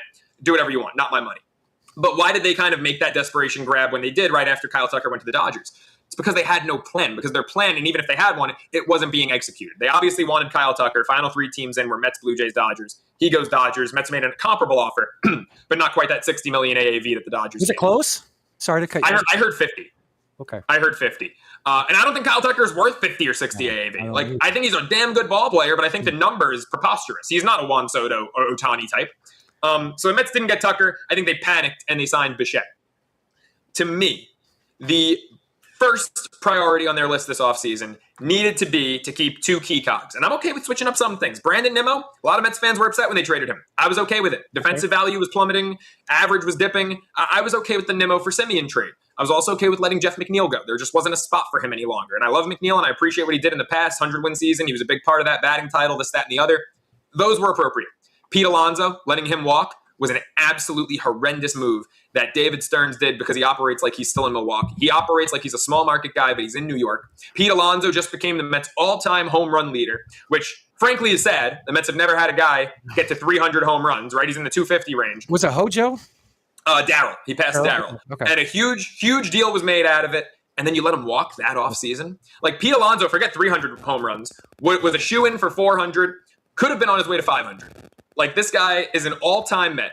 And the way that they let him walk because they didn't want to go past 3 years was absolutely embarrassing. And then Edwin... He's beloved there too, right? Absolutely beloved. A huge part of the locker. Like, if you ask me, the biggest locker room guys, Lindor, Alonso, and Edwin Diaz was a huge locker room guy too. So that was your take on the Mets offseason coming into the show January. How you feeling about your Mets this year? Vent, the platform is yours. It's all yours, brother. I know you want to get some stuff off your chest, brother. Go ahead. All I want to say is I was right. Wow. I mean, I was spot the hell on with that take. Yeah, Bo Bichette, I mean, the RBI numbers have come around, but he has not looked good. The Jorge Polanco signing to play first base and replace Pete, Polanco's played, maybe 10, 12 games the whole year. Peralta's been a dud. I didn't even see that one coming. Luis Robert, which was a fine trade because they gave up nothing in Luis Angel Acuna, he also hasn't played. So, yeah, my goodness, was I spot on. This Mets season has been a disaster. Mendoza's gone. I'm happy about that. Now we need to get David Stearns canned and just completely build this thing anew and start fresh, because this has been an abomination. And we're wasting, Hall of Famers and Juan Soto and Francisco Lindor. So get Stearns the hell out of there. Get someone who has feel for the game, because the analytics can only get you so far. You need someone who has feel for the game. I had Terry Collins on with me a couple weeks ago on VSIN. And Terry, I thought, gave a damning indictment of David Stearns. First off, I asked him about his relationship with Stearns. He said, I don't really have one. I don't really know him too well. To me, that was an incredible red flag. You're the president of baseball ops, essentially serving as the general manager. He doesn't have that exact title, but he's, that's in his job responsibility. The Mets don't have a GM. So you're the president of baseball ops and the general manager, and you don't consult or get to know or talk to the last manager who won a pennant with your organization, the last manager who took your team to the World Series. How much do you think you know everything? You're not going to consult a guy who's twice your age, who's been in the big leagues longer than you've been alive, and get his opinion on things. But look what the Mets did with Buck Showalter. They won 100 games with Buck 2022. 2023 was disappointing. They're going to get Stearns. They run Buck out after one down year. Terry Collins and Buck Showalter have been the most successful Mets managers in the last 20 years. They're also the most adamantly, vehemently opposed to analytics of any Mets manager in the last 20 years. Maybe there's correlation there between the two guys who reject analytics and who have feel for the game versus compared to, their success. And they're the only two guys that have had success with the Mets. So, yeah, the Mets have a big issue. David Stearns thinks he knows everything with his analytics. He doesn't have feel for the game at all. And I saw it coming a mile away in January, as that clip showed. And where we are now, I didn't think it'd be this bad. I didn't think it'd be last place. I thought, second or third place. A team based on talent alone, I thought that they'd have, a win total in the mid-80s. I was on the under 90.5 preseason, but I thought they'd win 85, 86 games, be a wild card team. Man, this is bad. It is. Injuries don't help. Players underperforming. You called everything 7 months ago, just like what they should have done. I didn't think they'll do this bad, just like you said. What are they, 12 games out from a wild card? Like something like that. I mean, they have the second worst record in the National League. They're only Yeah, better than the horrible. Rockies. Horrible. Is there a bunch of uproar coming from the fan base about the ownership? Have you been hearing anything of that? Yeah, I mean, people are annoyed with Steve, but more of it is Stearns. I think they're annoyed with Steve for pretty much handing David Stearns the keys. And, David Stearns, it's like this guy hates a 5-year contract. He has a 5-year contract. He doesn't want to give players a 5-year deal, yet he's got a 5-year deal to run this team, and all he's doing is running them into the ground. So, I absolutely hate David Stearns. I want him the hell out of New York. Go back to Milwaukee. Go to your small market. David Stearns, Freddie Peralta, guys like that show us you can be successful in Milwaukee. Devin Williams, another great case, but not in New York. And sometimes the bright lights get to you, whether you're on the field or in the front office, and the Mets are seeing it from both ends there. What's your thoughts on Senga, your pitcher? He showed flashes a few years ago. I mean, he's been, what's your take on him? He's a disaster. You can't even trade him because you can't get anything for him. He's got an ERA of 8. I mean, he's been a disaster. I like him. I root for him, but he's got nothing in the tank. Just like David Peterson, who they recently traded to the Cubs. David Peterson was an all-star last year. After the all-star break, just, became trash. This year, carried over as trash. I don't get it. It's inexplicable. But David Peterson, love him. I root for him. Not serviceable. Kodai Senga, love him, root for him, not serviceable. The pitching's a problem. The guys that I do trust Sean Manaea. Freddie Peralta, I don't trust, frankly. And I had concerns about Peralta even coming into the season. People are like, oh my God, he won 19 games. Yeah, he was on the Brewers, was on a great team that won a lot of games. Peralta rarely goes 6 innings. And you looked at, his wins versus his quality. He had more wins than quality starts because he doesn't eat innings. He's a high pitch count, high walk guy. And those were my concerns about him. And so, there's really not a lot I trust in this pitching staff. Even Nolan McLean, who I love, who's got all the talent in the world, they've messed with him and tweaked his game. And I mean, the guy comes up last year, makes 8 starts, 7 of them are flawless. He's mowing guys down left and right. He's got 13 Ks per 9. This year, he starts the same way in April. And then the front office wants to tweak and have him pitch to contact more. And all of a sudden, he's getting rocked. Don't, if it ain't broke, don't fix it, right? And so Nolan McLean's got all the talent in the world. Front office is messing with him. But the pitching is problematic. And like you said, injuries don't help. But the whole roster construction, there's no chemistry. It was just plug and play. You got Bichette playing out of position, Polanco playing out of position. It's just a freaking disaster. So now that that's out of the way, on to some good news. Congratulations to you and your New York Knickerbockers, brother. Larry O'Brien, Lawrence O'Brien Trophy came home. I know you're cloud 9. You guys well deserved it. You guys came together, gelled like no other. Historic run at the end. Talk about your Knicks season, where you were when they won it, feelings, and man, I'm a little jelly. One day I want one. Man, it was, I thought I'd always be saying one day I want one with this organization. You talk about bad ownership, and I hate Jim Dolan. I think he's a terrible owner, but to his credit, after decades of disaster, he handed the keys over and, let Leon Rose, someone who knows exactly what he's doing, take full control. And you talk about roster construction. People always talk about it with the Rams with Les Snead, fuck them picks, right? The Knicks went full fuck them picks when they constructed this roster. Traded all the picks for Bridges and Anunoby, and they signed Brunson, and they trade for Cat. Hey, it's not a homegrown team, but I'm okay with that, right? All 5 starters, none of them were drafted. The only draft picks they had were guys on the bench like Mitch Robinson, who was a huge bench factor, and Deuce McBride. But the starters were all trades or free agent signings, and they were just the right moves. This team has chemistry like none other. It's off the charts. And, you look at what they did in the postseason. I don't want to hear easy schedule. I mean, look at the last 4 winners.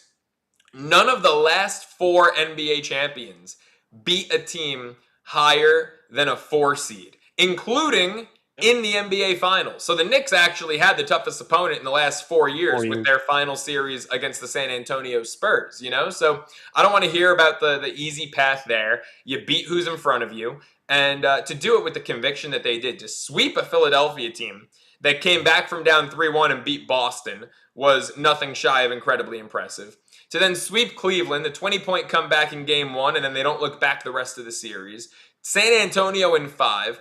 3 of the 6 biggest single game comebacks in NBA history. That's not a fluke. Sorry. You do it once, maybe it's fluky. 3 of the 6 biggest single game comebacks in NBA Finals history. That is a team that is resilient, a team that doesn't quit, and a team that when they go on a run, just get the hell out of their way because they're just a freaking freight train coming through. This team was fun. I can't wait for them to run it back next year. They're going to have a very similar roster. They lost Mitch, replaced him with Drummond, obviously. But Shamet is back. Clarkson is back. A lot of the bench pieces are back. Mo Diawara, I think, is a name to watch out for. Mohamed Diawara. He got like no run in the playoffs, but I think that's because he was a free agent. And they were, I think they were trying to hide him a little bit. I think he's going to be a really good power forward off the bench. It's why they gave him a 4-year, I believe, $10 or $11 million deal to kind of lock him up at a fair price for a while. So I love the roster construction. I love the chemistry. I'm all in on this team. Repeating is a really tough thing to do, and I'm not going to sit here and say that they're going to repeat, but they're going to be in the mix for sure. It's probably the hardest thing to do in sports is to repeat.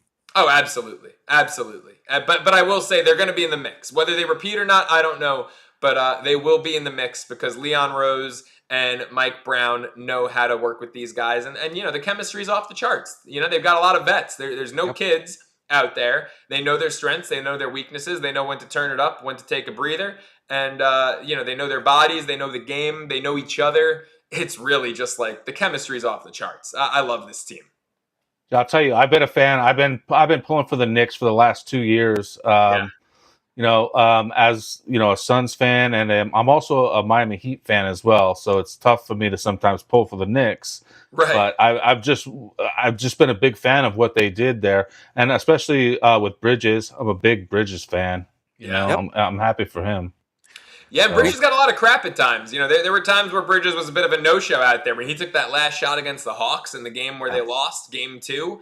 And, they blew that lead at home. I think they were up 14, and they lose. And I'm like, why the hell is Bridges taking the last shot? He gets some crap every now and then. But then I think it was game 2 in San Antonio where he went scorched earth. And there was a stretch of time out there where it was Bridges and 4 guys on the bench. And the Knicks were outscoring the Spurs with that group. With Bridges and 4 reserve players out there, they were outscoring San Antonio in like the late 3rd, early 4th quarter. So he stepped up when his number was called. That's the thing with this team. Everyone stepped up when their number was called. It was like a different guy almost every night. Brunson was the constant. He was the guy who every night you could rely on.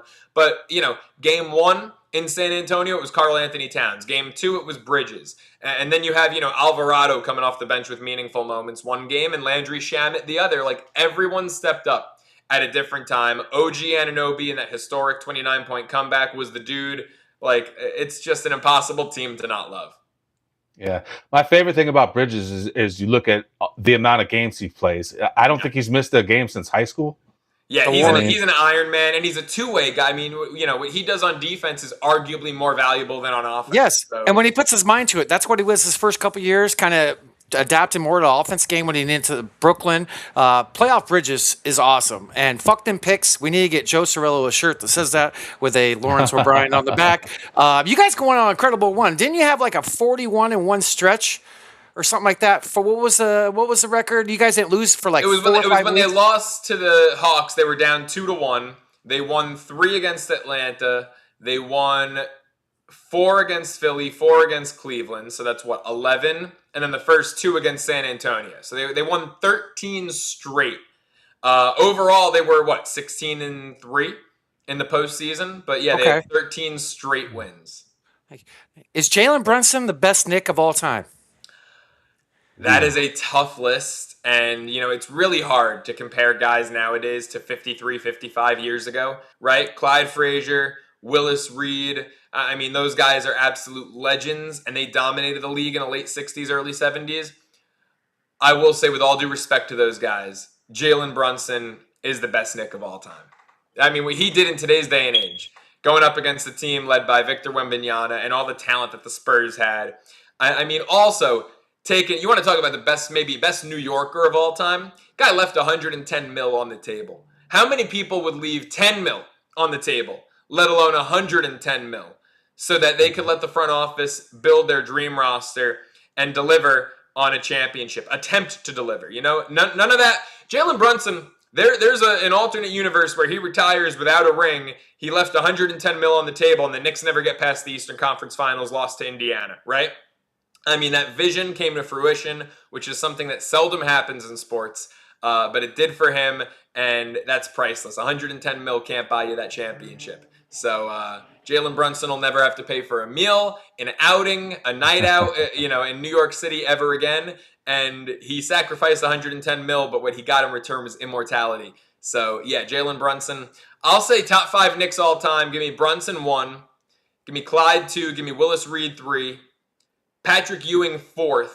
Although I'll tell you what, if we were just going based on talent, Ewing could be the top spot. But ultimately never got that ring. I'll go Ewing 4. And then number 5 is tough because you can look at the old teams, the guys who got the rings, like a Dave DeBusschere.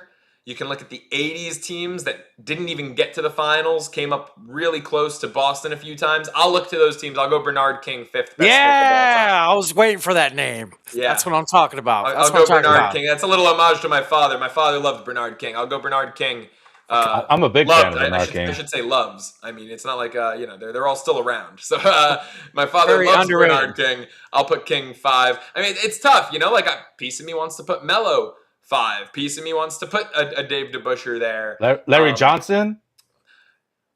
I mean, love Latrell Sprewell? Come on. How about Oakley? No love for Sprewell? Come on, free Oakley, baby. I love Oakley. Jim Dolan doesn't, but I do. Is Oakley allowed at the games now, or is he still banned? I think he was at San Antonio. He was there for the clincher for Game 5 in San Antonio. I think he's still banned from MSG.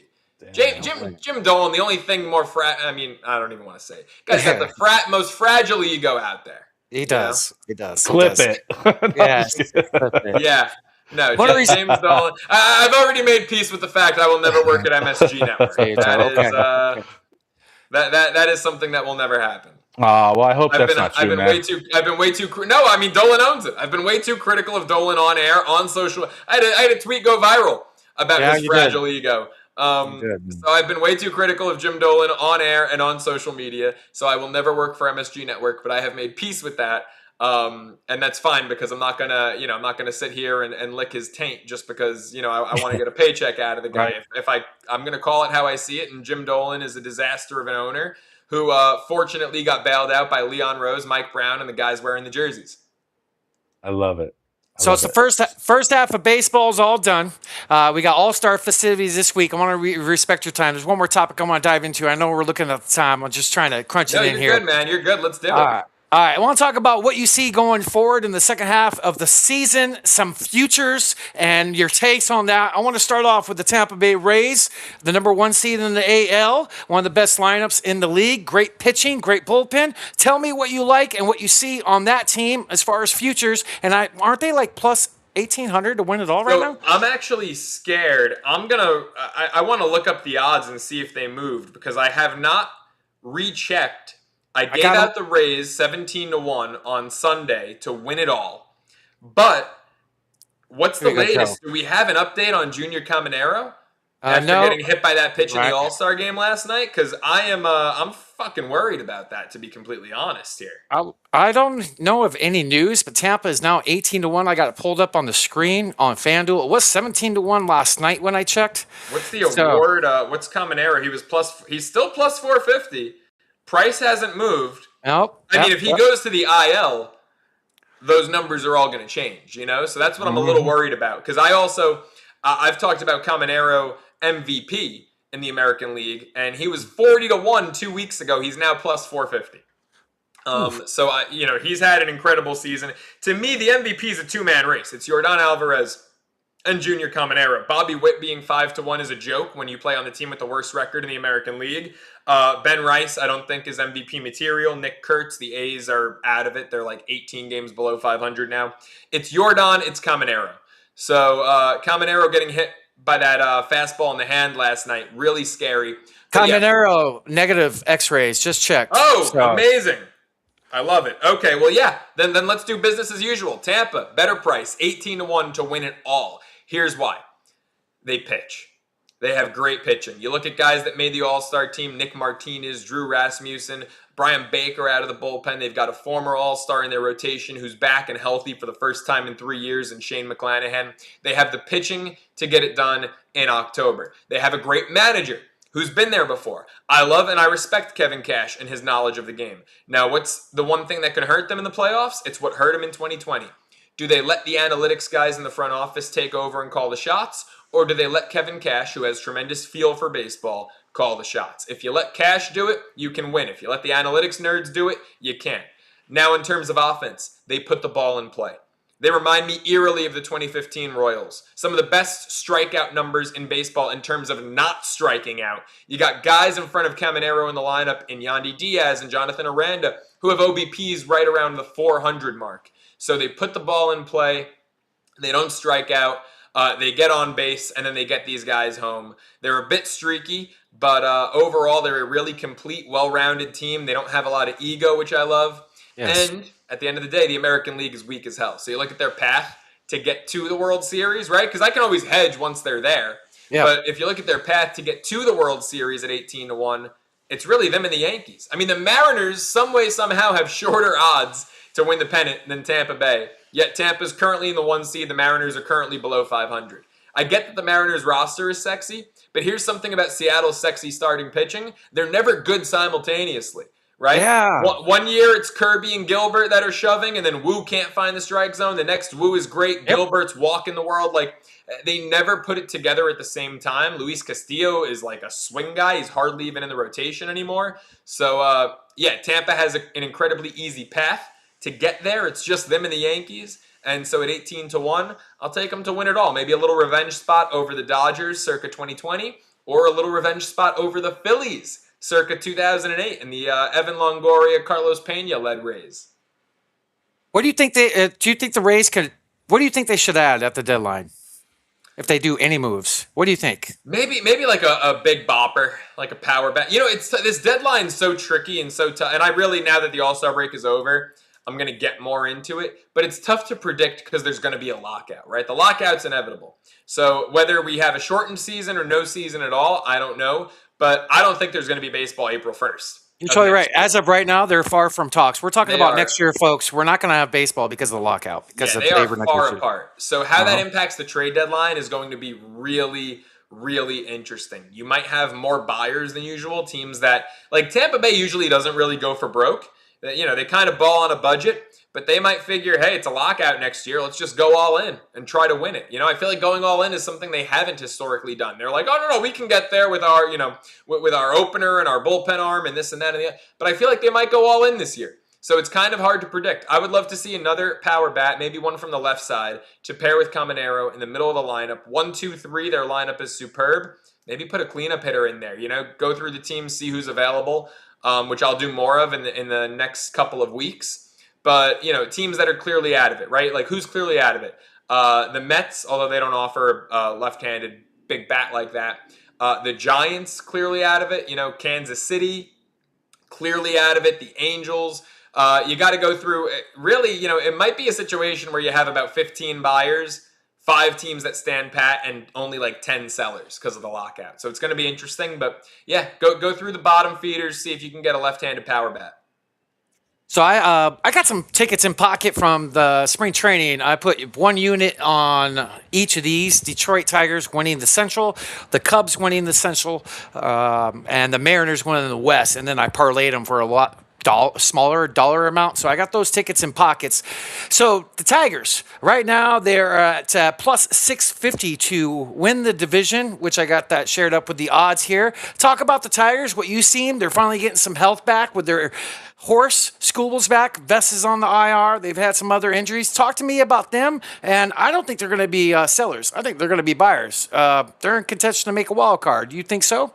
Man, this is going to be so interesting to see because the Tigers, kind of like the Boston Red Sox, have really turned it up over the last month. I mean, Tigers might have the best record in the American League since June 1st. I think they're either best or second best. Second. Yeah, is Tampa Bay best since First. June Yep. 1st? Yeah. Yep. So what they've done, their turnaround after an abysmal April and May has been incredible. And, you know, Scooble to the Dodgers, the Phillies, the Padres, it was a sure thing.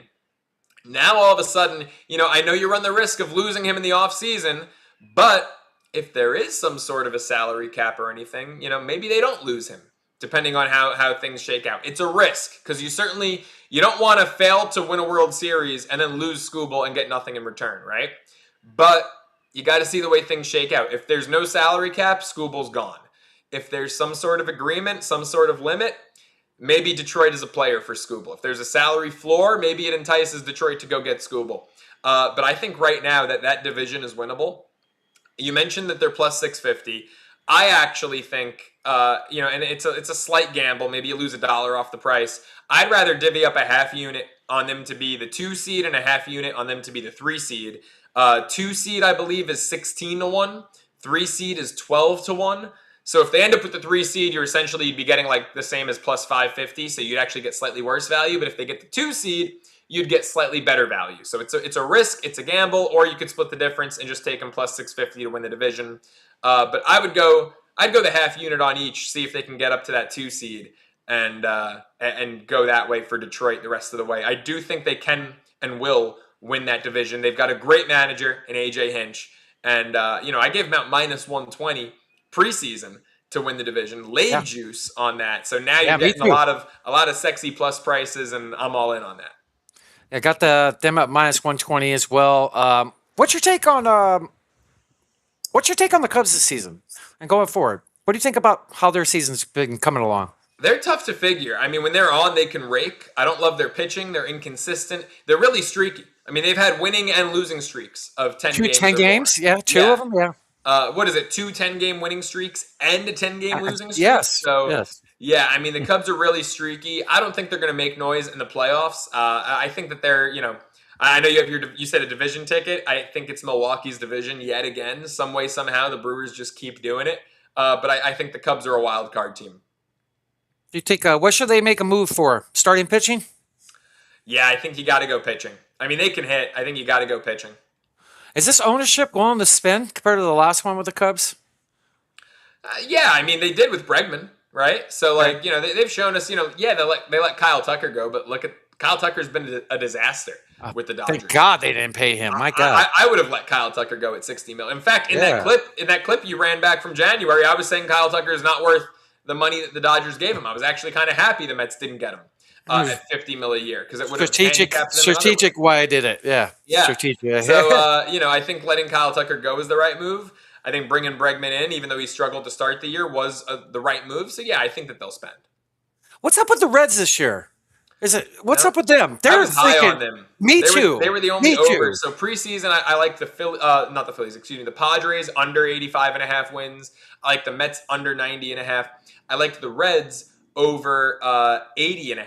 Just needed them to be 500, and I thought that, like last year, they'd be an 83, 84 win team. They've got an incredible manager in Terry Francona. Their pitching has struggled to stay healthy. Chase Burns is a heart attack. I love that kid. Hunter Green is back. Had a great outing the other day against the Cubs, but he's only made 2 starts this year. Lodolo and Abbott from the left side have fallen off a bit. The bats aren't really great. The Reds are a weird team. They started the year hot as hell. At one point, the NL Central, every team was over 500, and now they are in the basement there. And I don't know, maybe Francona regroups and gets them together. Last year, they were a second-half team. So I think this year, because they had such a good April, we're down on them because May, June, and early July have been rough. But maybe Francona regroups. Maybe they get to that 500 mark and get that over home for us. Am I crazy to even think about wagering on this? Just to make the playoffs right now, they're plus 2,500. The NL is so bunched up that it's hard to get behind. Is there an exact on them to be the 6th seed? Like, I know FanDuel offers that, because that's the only way, that they could do it, I think, right? Like, what am I going to look under their FanDuel? The Cubs and Phillies, like, they're in the 4 or 5 spot, and whether Philly wins the division or not, like, the Braves would replace them there. The 6th seed is the only way. What are they? They're 11? 7 in the loss behind Miami. 7 games in the loss column behind the Marlins. 8 games behind them. Yeah, I always look at the loss column. 8 games total, 7 in the loss column. They have to hurdle a lot of teams, but I'm out on the Padres. I'm out on the Pirates. I'm out on the Cardinals. I'm interested in Arizona. Thank you. Yeah, I mean, Marlins, D-backs, Nationals, Reds, those are the teams that intrigue me. Okay, so I'm Reds are really low intriguing. on the Padres. 25-1 might be worth a flyer. I'm going to see if the 6th seed might be like the same odds. I'm going to see futures. Where do we go? Seeding. So it's under futures and seeding. The Reds to be the 6th seed is 45-1. Wow. What? Yeah, to me, I mean, why not take a little bite? Like, right? Nothing substantial. But if you're looking at 25-1 for them to make the playoffs, 45 for the 6th seed. What does it have for the 7th? For what? Is so the 7th odds or the 6th? You said 6. 6th seed. Yes, Okay. That's the last spot in the playoffs. That's They're 45-1. underperformed. They have definitely underperformed. Great manager. Suarez has not been batting. He showed some life this week. Yeah, They're two great aces. If they ever come together, they scare the living heck out of me, just like Philadelphia's aces. Philadelphia, the Phillies. Sanchez kind of, home and away difference as far as how he's pitching, but Wheeler's balling, arguably one of the best pitchers in baseball. He's going to be mad, upset coming this second half, for his all-star snub. What should they add? And do you like the Phillies as far as maybe making a run and potentially, if there's any team to beat the Dodgers, it's the Phillies, right? I think the Phillies are going to look to maybe add one more starter, or even a high leverage reliever, because their bullpen's actually pretty bad outside of Duran in the back end. So high leverage reliever, a little depth in the lineup. The lineup lacks some depth at times for Philly. I think that they're the biggest threat to the Dodgers in the National League, though, and it's because of their starting pitching. You get to a short series, you run out. By the way, Wheeler's your ace right now, not Sanchez. You run out Wheeler, Sanchez, and Luzardo in a short series, and you're dangerous. Luzardo is inconsistent at times, which scares me a little bit. But, the lineup does need to get deeper. Luckily, Marsh is having a phenomenal year. He was an all-star. Alec Boehm, I'm not really a fan of, but they seem pretty committed to him. Get another outfield bat. The Adolis Garcia experiment hasn't been great. Crawford's in center field. I think they're going to rock with him out there. He's also got great wheels. So get another outfield bat, a high leverage reliever, and if you can, a 3/4 starter. You don't want Nola in your postseason rotation. So Luzardo, I mean, if you can make Luzardo your number 4, I think you're pretty good. Go get either a great right-handed starter or Skubal. And the Phillies, I think, are the biggest threat to the Dodgers. I think they're going to be all in on Skubal. They have to go all in. They're like the oldest team in the league, aren't they? And they're not going to get any younger. And their window's closing. Now. Their window is, especially with the lockout. Philadelphia might have the most pressure of any team in baseball to go all in this year. Great point, because with no baseball lingering next year with their window, dude, they could be big players. They could probably give up a lot of their farm and whatever not. 100%. Because Philadelphia runs the risk of going they can go first to worst. If they, win the division, because they're nipping on the Braves' heels, they could win it all this year. And then the next season that we have baseball, they could be like a bottom dweller in the NL East. They're not getting better. So I feel like this is the window for Philly. Go all in right here, right now. They might have more pressure than the Yankees. They might have more pressure than any other team in Major League Baseball. Have you done your 16th stadium? Last time I talked to you, it was at 15. Have you come out to Arizona this year? I mean, maybe I could be swayed. I could be tempted. I don't think. Shit. Have I been to a baseball game this year? I have not been to a Major League Baseball game. Joe. Yeah, I haven't been to a game since Dodgers Mets last year. I didn't go in April. The Mets, I'm very anti this David Stearns regime. So I was like, I'm not going to go to support them. Spend $50 on parking, drive across LA in an hour and a half traffic to go watch this shit show, and they got swept. So I'm glad I stayed away. The Mets have a silly record when I'm in attendance. They're 10-2 on the West Coast when I'm in attendance. So I didn't want to ruin that record this year and go watch that team play the Dodgers. I had a ticket for Mets Angels game in May when they were out here, first weekend of May. Ended up, VSIN called me, asked me if I could work, so I sold the ticket and worked. And yeah, they didn't play great against the Angels either, who were one of the worst teams in baseball. So yeah, I actually have not been to an MLB game this season. If I was to go to one, I'd probably go down to San Diego. It's one of my favorite parks. One of my favorite. Petco's I'd rather go to Petco than Dodger Stadium any day. 100%. Chavez Ravine is not very nice to go to. Yeah, it doesn't do it It's just for me. not. It just doesn't do it for me. Petco's one of my favorite. Some of the best food, the atmosphere, the the food's vibe, great. Look, the and vibe. and that's so important to me is the food when it comes to ballparks. I feel like that's something that's unique to Major League Baseball versus other sports. Like I went to a Lakers game in February, Lakers Knicks, in March actually, and I was stunned at how bad the food was at Crypto. Like I would have thought, even though it's the NBA, it's not the MLB. Like I would have thought, being in Los Angeles, that Crypto would have had some good food options. It was all places terrible. Like Madison Square Garden has great food. Crypto did not. I was pretty disappointed with that. But yeah, no, baseball stadiums, the food is such a big part of it. It's an experience, right? Especially baseball is a slower game. It's you make a day of it. It's not just like, oh, let's go run and watch these guys, run up and down the court for 2 hours and then go home. Like baseball is a full day thing. And the food is so important. Petco's got phenomenal food. Citi Field, like 7 straight years, they've won best food in baseball. So that's why, more so than any other sport, I want to see every baseball stadium because the overall experience is just top notch. Yeah, and like I said before, you come out to AZ, I got you, and we'll go to a game. So might have to take you up on it. It's got some pretty good seats, I will say that. Yeah. Maybe. When's the best time to come? Because I know it's not July or August.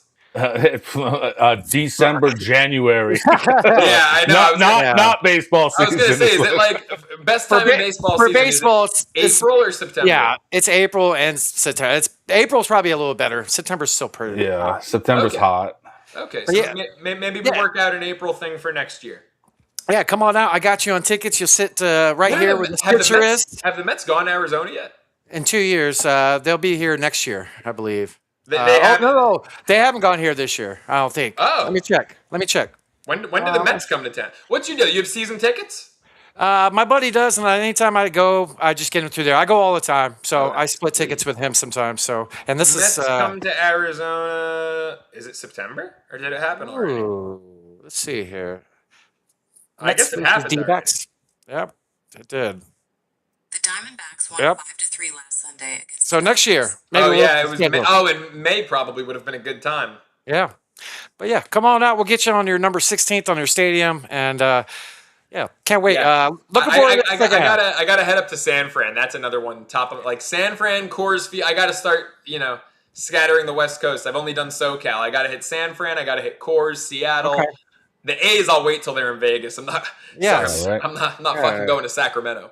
Done Coors in '97. Did the Kingdom when I was a kid. Did Comerica. I did Old Tiger Stadium. I've done Comerica, dude. I actually love Comerica. That's one of the most underrated to me. People down talk it all the time. Oh yeah, and a lot of spreadsheets are spreading out there. There's a lot of good scenery out there, and women know their stuff out there. By the way, like sports, absolutely, yeah. Like it's different out there. Petco, AT&T up in San Fran is one of my favorites. I had a fun story with Comerica. My dad and I did a road trip going into my freshman year of college, and we followed the Mets. We hit 3 parks. We hit Pittsburgh, Cleveland, and Detroit. And we got up to Detroit. I'm 18 at the time, so I had a fake ID. And I go, hey, I had asked him for a beer. He said no. I said, okay, I'm gonna go for a walk. I go to they have a great beer garden out there in the outfield in Comerica. And I go and I get myself a beer at the beer garden. I come back to the seat holding a beer. He's just shaking his head laughing because he knew what I was doing. Like my dad was really good about he wasn't overreactive when it came to things like that, but he was like, I'm not going to enable you. Like he was like, I'm never going to buy you alcohol until you're 21, but I'm also going to understand that, boys will be boys and, you're 18, you're going to figure out a way. Where there's a will, there's a way. He's like, but I'm just not going to make it easy for you. So I go out, 18 years old, my fake ID. I go get my beer in the outfield, come back to the seat, and he turns to me and he goes, look, you already got it. You did it. It's over, whatever. He goes, but if you get kicked out for underage drinking, I'm staying and watching the game, and you're going to wait by the car in the middle of fucking Detroit. So good luck with that one. He was like, and I'm not giving you the keys, so you're going to wait outside in the middle of fucking Detroit.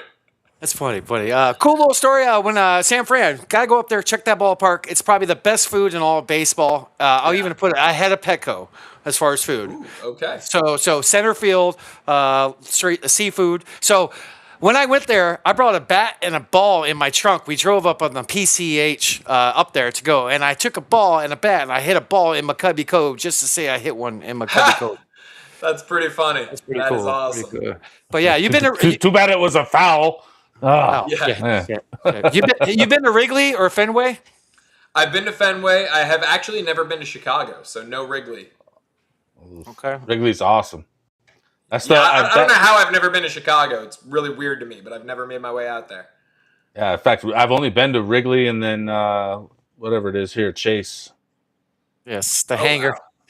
Wow. We're so we gotta get you to a ball game this second half. You gotta go to a game. I'm sure we'll make it happen. Get you a game. But no, I really appreciate your time coming on. I know we stretched it a little bit, but thank you so very much. Joe Ceraulo, go give him a follow, everybody. Follow his picks, his spreadsheet, his great freaking sense of humor. Just a great all-around dude. And thank you so very much, Joe. Snoop, any final words for our wonderful guests?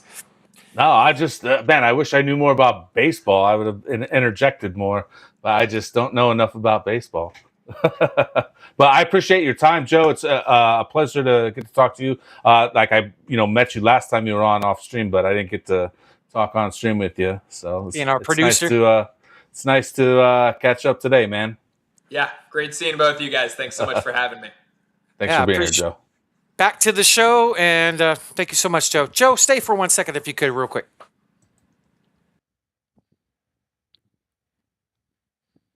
Boom! There you have it, folks. Joe Ceraulo. What's up, Haywood? What up, Snoop? How you feeling, brother? Getting through. I got a crybaby dog behind me, just whining his ass off. I don't know if you guys can hear him, but he's just, What's his handle? Whose handle? The crying doggy. Tankenstein? Yes. Fucking Cyclops face. Boy, that was fun, man. Joe was awesome to have on, man. I hope everybody at home enjoyed the talk with him. Guy knows his stuff, man. He's one of the best bettors in the industry. Cool ass dude. Funny as hell, by the way. I liked how you slid that question in, by the way. That was funny. Oh, man. So what do we got going on here? First, we got some Arizona sports history. What you got first? All right, let me see. Hold on. All right. Yeah, dude. July 14, 2022, the Indiana Pacers signed DeAndre Ayton to a 4-year, $133 million max, the largest restricted free agent contract in history, giving Phoenix 48 hours to match or let him walk. 3 minutes later, the Phoenix Suns matched the contract. AD, we always talk about this guy, or excuse me, not AD, Ayton. We always seem to be talking about this guy weekly, but on this date in Suns history, he got the Supermax, and his best days of basketball were definitely behind him after that day. And was that a worse move, or Bradley Beal? Which one's worse? Bradley Beal. I don't know, man. They're pretty bad, dude. They're pretty bad, brother. Pretty bad. Yeah. They should have let him walk to Indiana. Right. And they wanted him, on potential Sabonis trade before that, in the years leading up to that. So, I mean, anyway, enough about him. On this date, July 14th, back in 2004, Steve Nash getting drafted drafted him in the 1996 before trading him to Dallas in 1998, where he spent 6 seasons. Steve Nash became a 2-time All-Star, and his stats were 14.5 points, 8.8 assists, and 40% for three-point range. In 03-04, the Phoenix Suns signed Steve Nash to a 6-year, $66 million deal after trading his rights to Dallas, and as they say, the rest is history. The rest is history. Do you think if he didn't make it in the NBA, he would have been a soccer player? We see Steve Nash in the World Cup. Maybe not World Cup. I could see him some type of pro league. He was really damn good at it. Remember the All-Star game with him and Amari? The slam dunk contest when he was doing some trickery. It's like alley-oops. It's like dribbling the ball, But yeah. Didn't he do one off the head to Amari or something? Yeah, off the head, and I think he did like a 360 or a reverse or something. But yeah, good question. He was a damn good soccer player too. Damn good Yeah. soccer player. Damn good. But yeah, let's see. You're crying in front of the whole world. You're supposed to be a tough dog.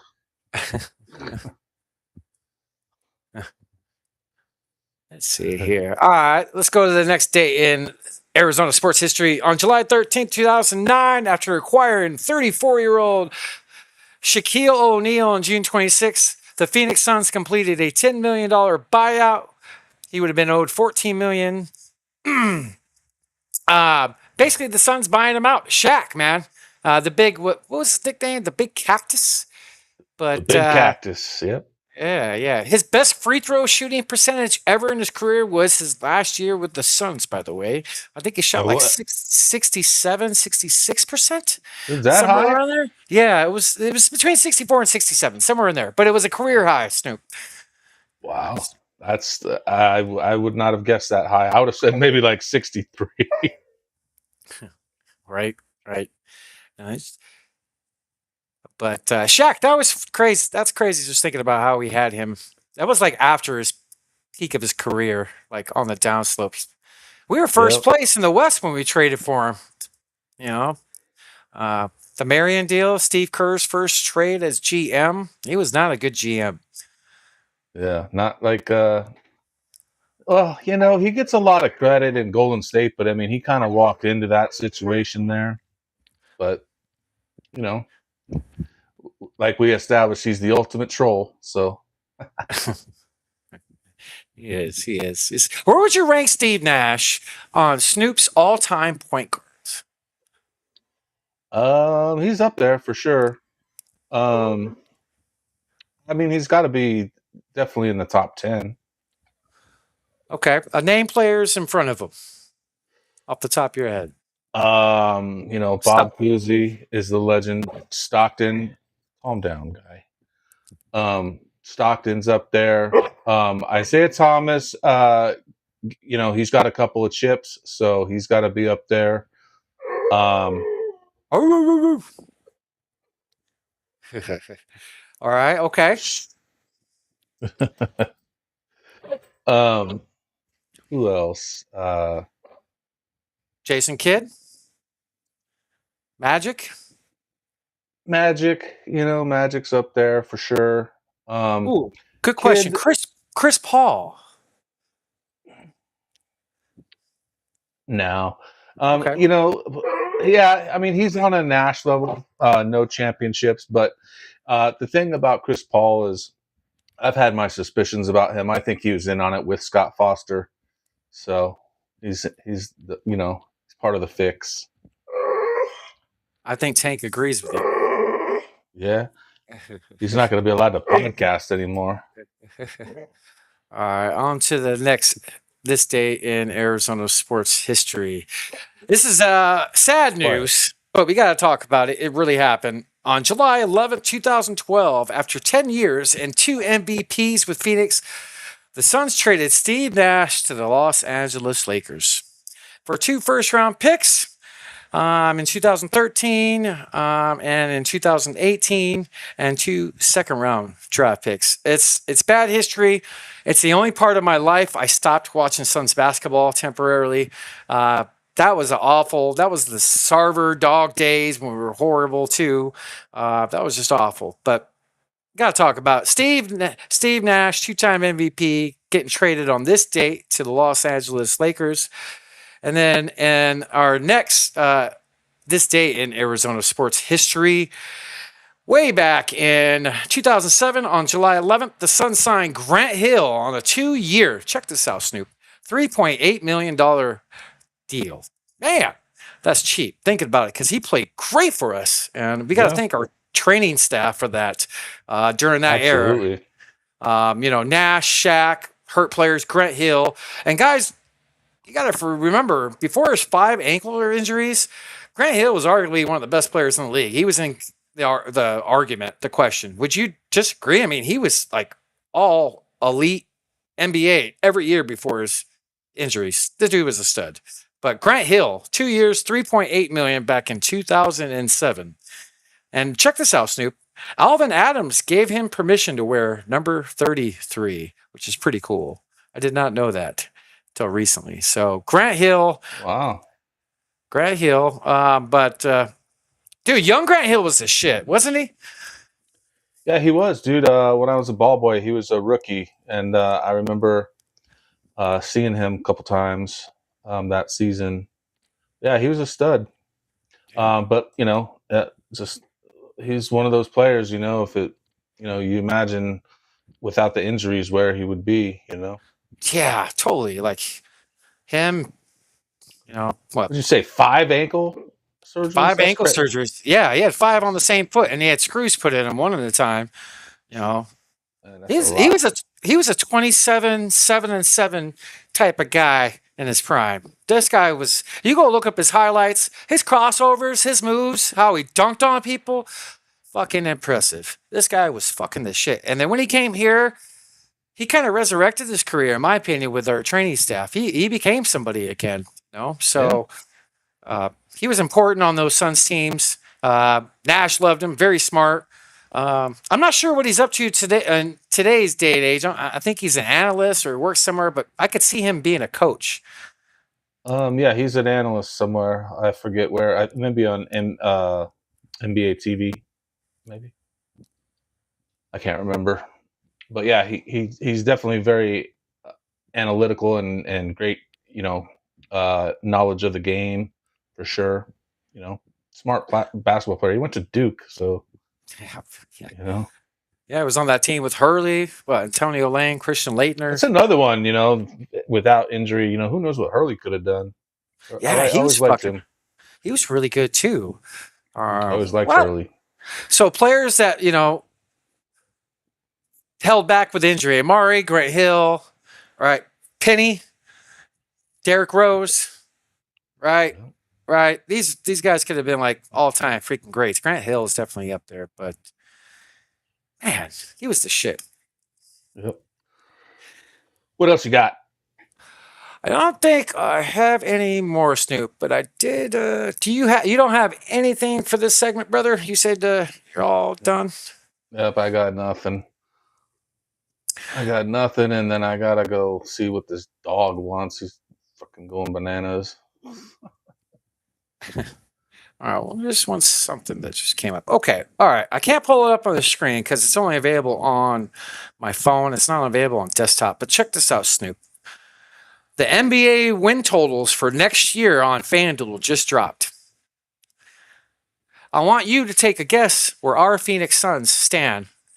What does Vegas think that we're going to win for win totals next year? What is that number at? What do you think? What's your guess, brother? 45 games. All right, let me see here. Phoenix Suns. Oh my God, this is disrespectful. You're way high.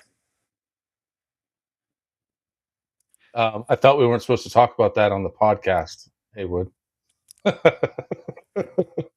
What the fuck am I seeing wrong? Snoop, FanDuel has the Phoenix Suns at 38.5 wins. What am I not seeing? This could be a huge bet, like that people should place. 38 wins. We're gonna smack that, just like we smacked it last year with 31. 38.5. Now I checked other books. Some books are up to 45. Like Bet365 is 45.5. I know there's been a couple posts locally about it, but FanDuel is one of the leaders. 38.5 at minus 115. So if you put $115 on it, you win $100. So, I mean, that's a long time to wait for a bet, but that's kind of disrespectful. Smooth. 38.5 wins? Yeah, it's a little disrespectful. However, how many games did they play together last season? How many minutes total was like something ridiculous? Something? 38 minutes or something? Something ridiculous. Between Williams, Green, Brooks, and Book all together on the floor. Yeah. I think that is probably what people are seeing, the injuries. Also, point book hasn't worked in the past. Now, I did hear something today that the Suns are not planning on running a point book. So now if that puts Jalen Green in that position? I don't know. I don't think so. So maybe they have a big plan for Gillespie. We'll see. I mean, I don't know. Yeah, hoping on Bouye, Spencer maybe to play a little bit of that role, and definitely anchoring on Colin making that big step, which I could definitely see. I think he's got room to improve. I don't think money's going to make him not work hard. I think money that's not going to be an issue. I think he's going to still improve. He's still young. He's blue collar. He came from nothing, worked his way up, G League all the way up, kind of like what Spencer's done a little bit. But we got these gritty guys and willing to put in the work. And the Colin deal, what was it? 3 years, 4 years. So he's still going to be in the prime of his career, waiting for another big contract. So yeah, I think he's definitely going to want to work to get that next step up on development. Yeah. 38 and a half wins. Holy shit, dude. That kind of blows my mind, dude. Like, yeah. I don't have the bankroll for it, but I'd put at least $1,000 on this if I was a baller with money. Like I would. That's 38 and a half. Anyway.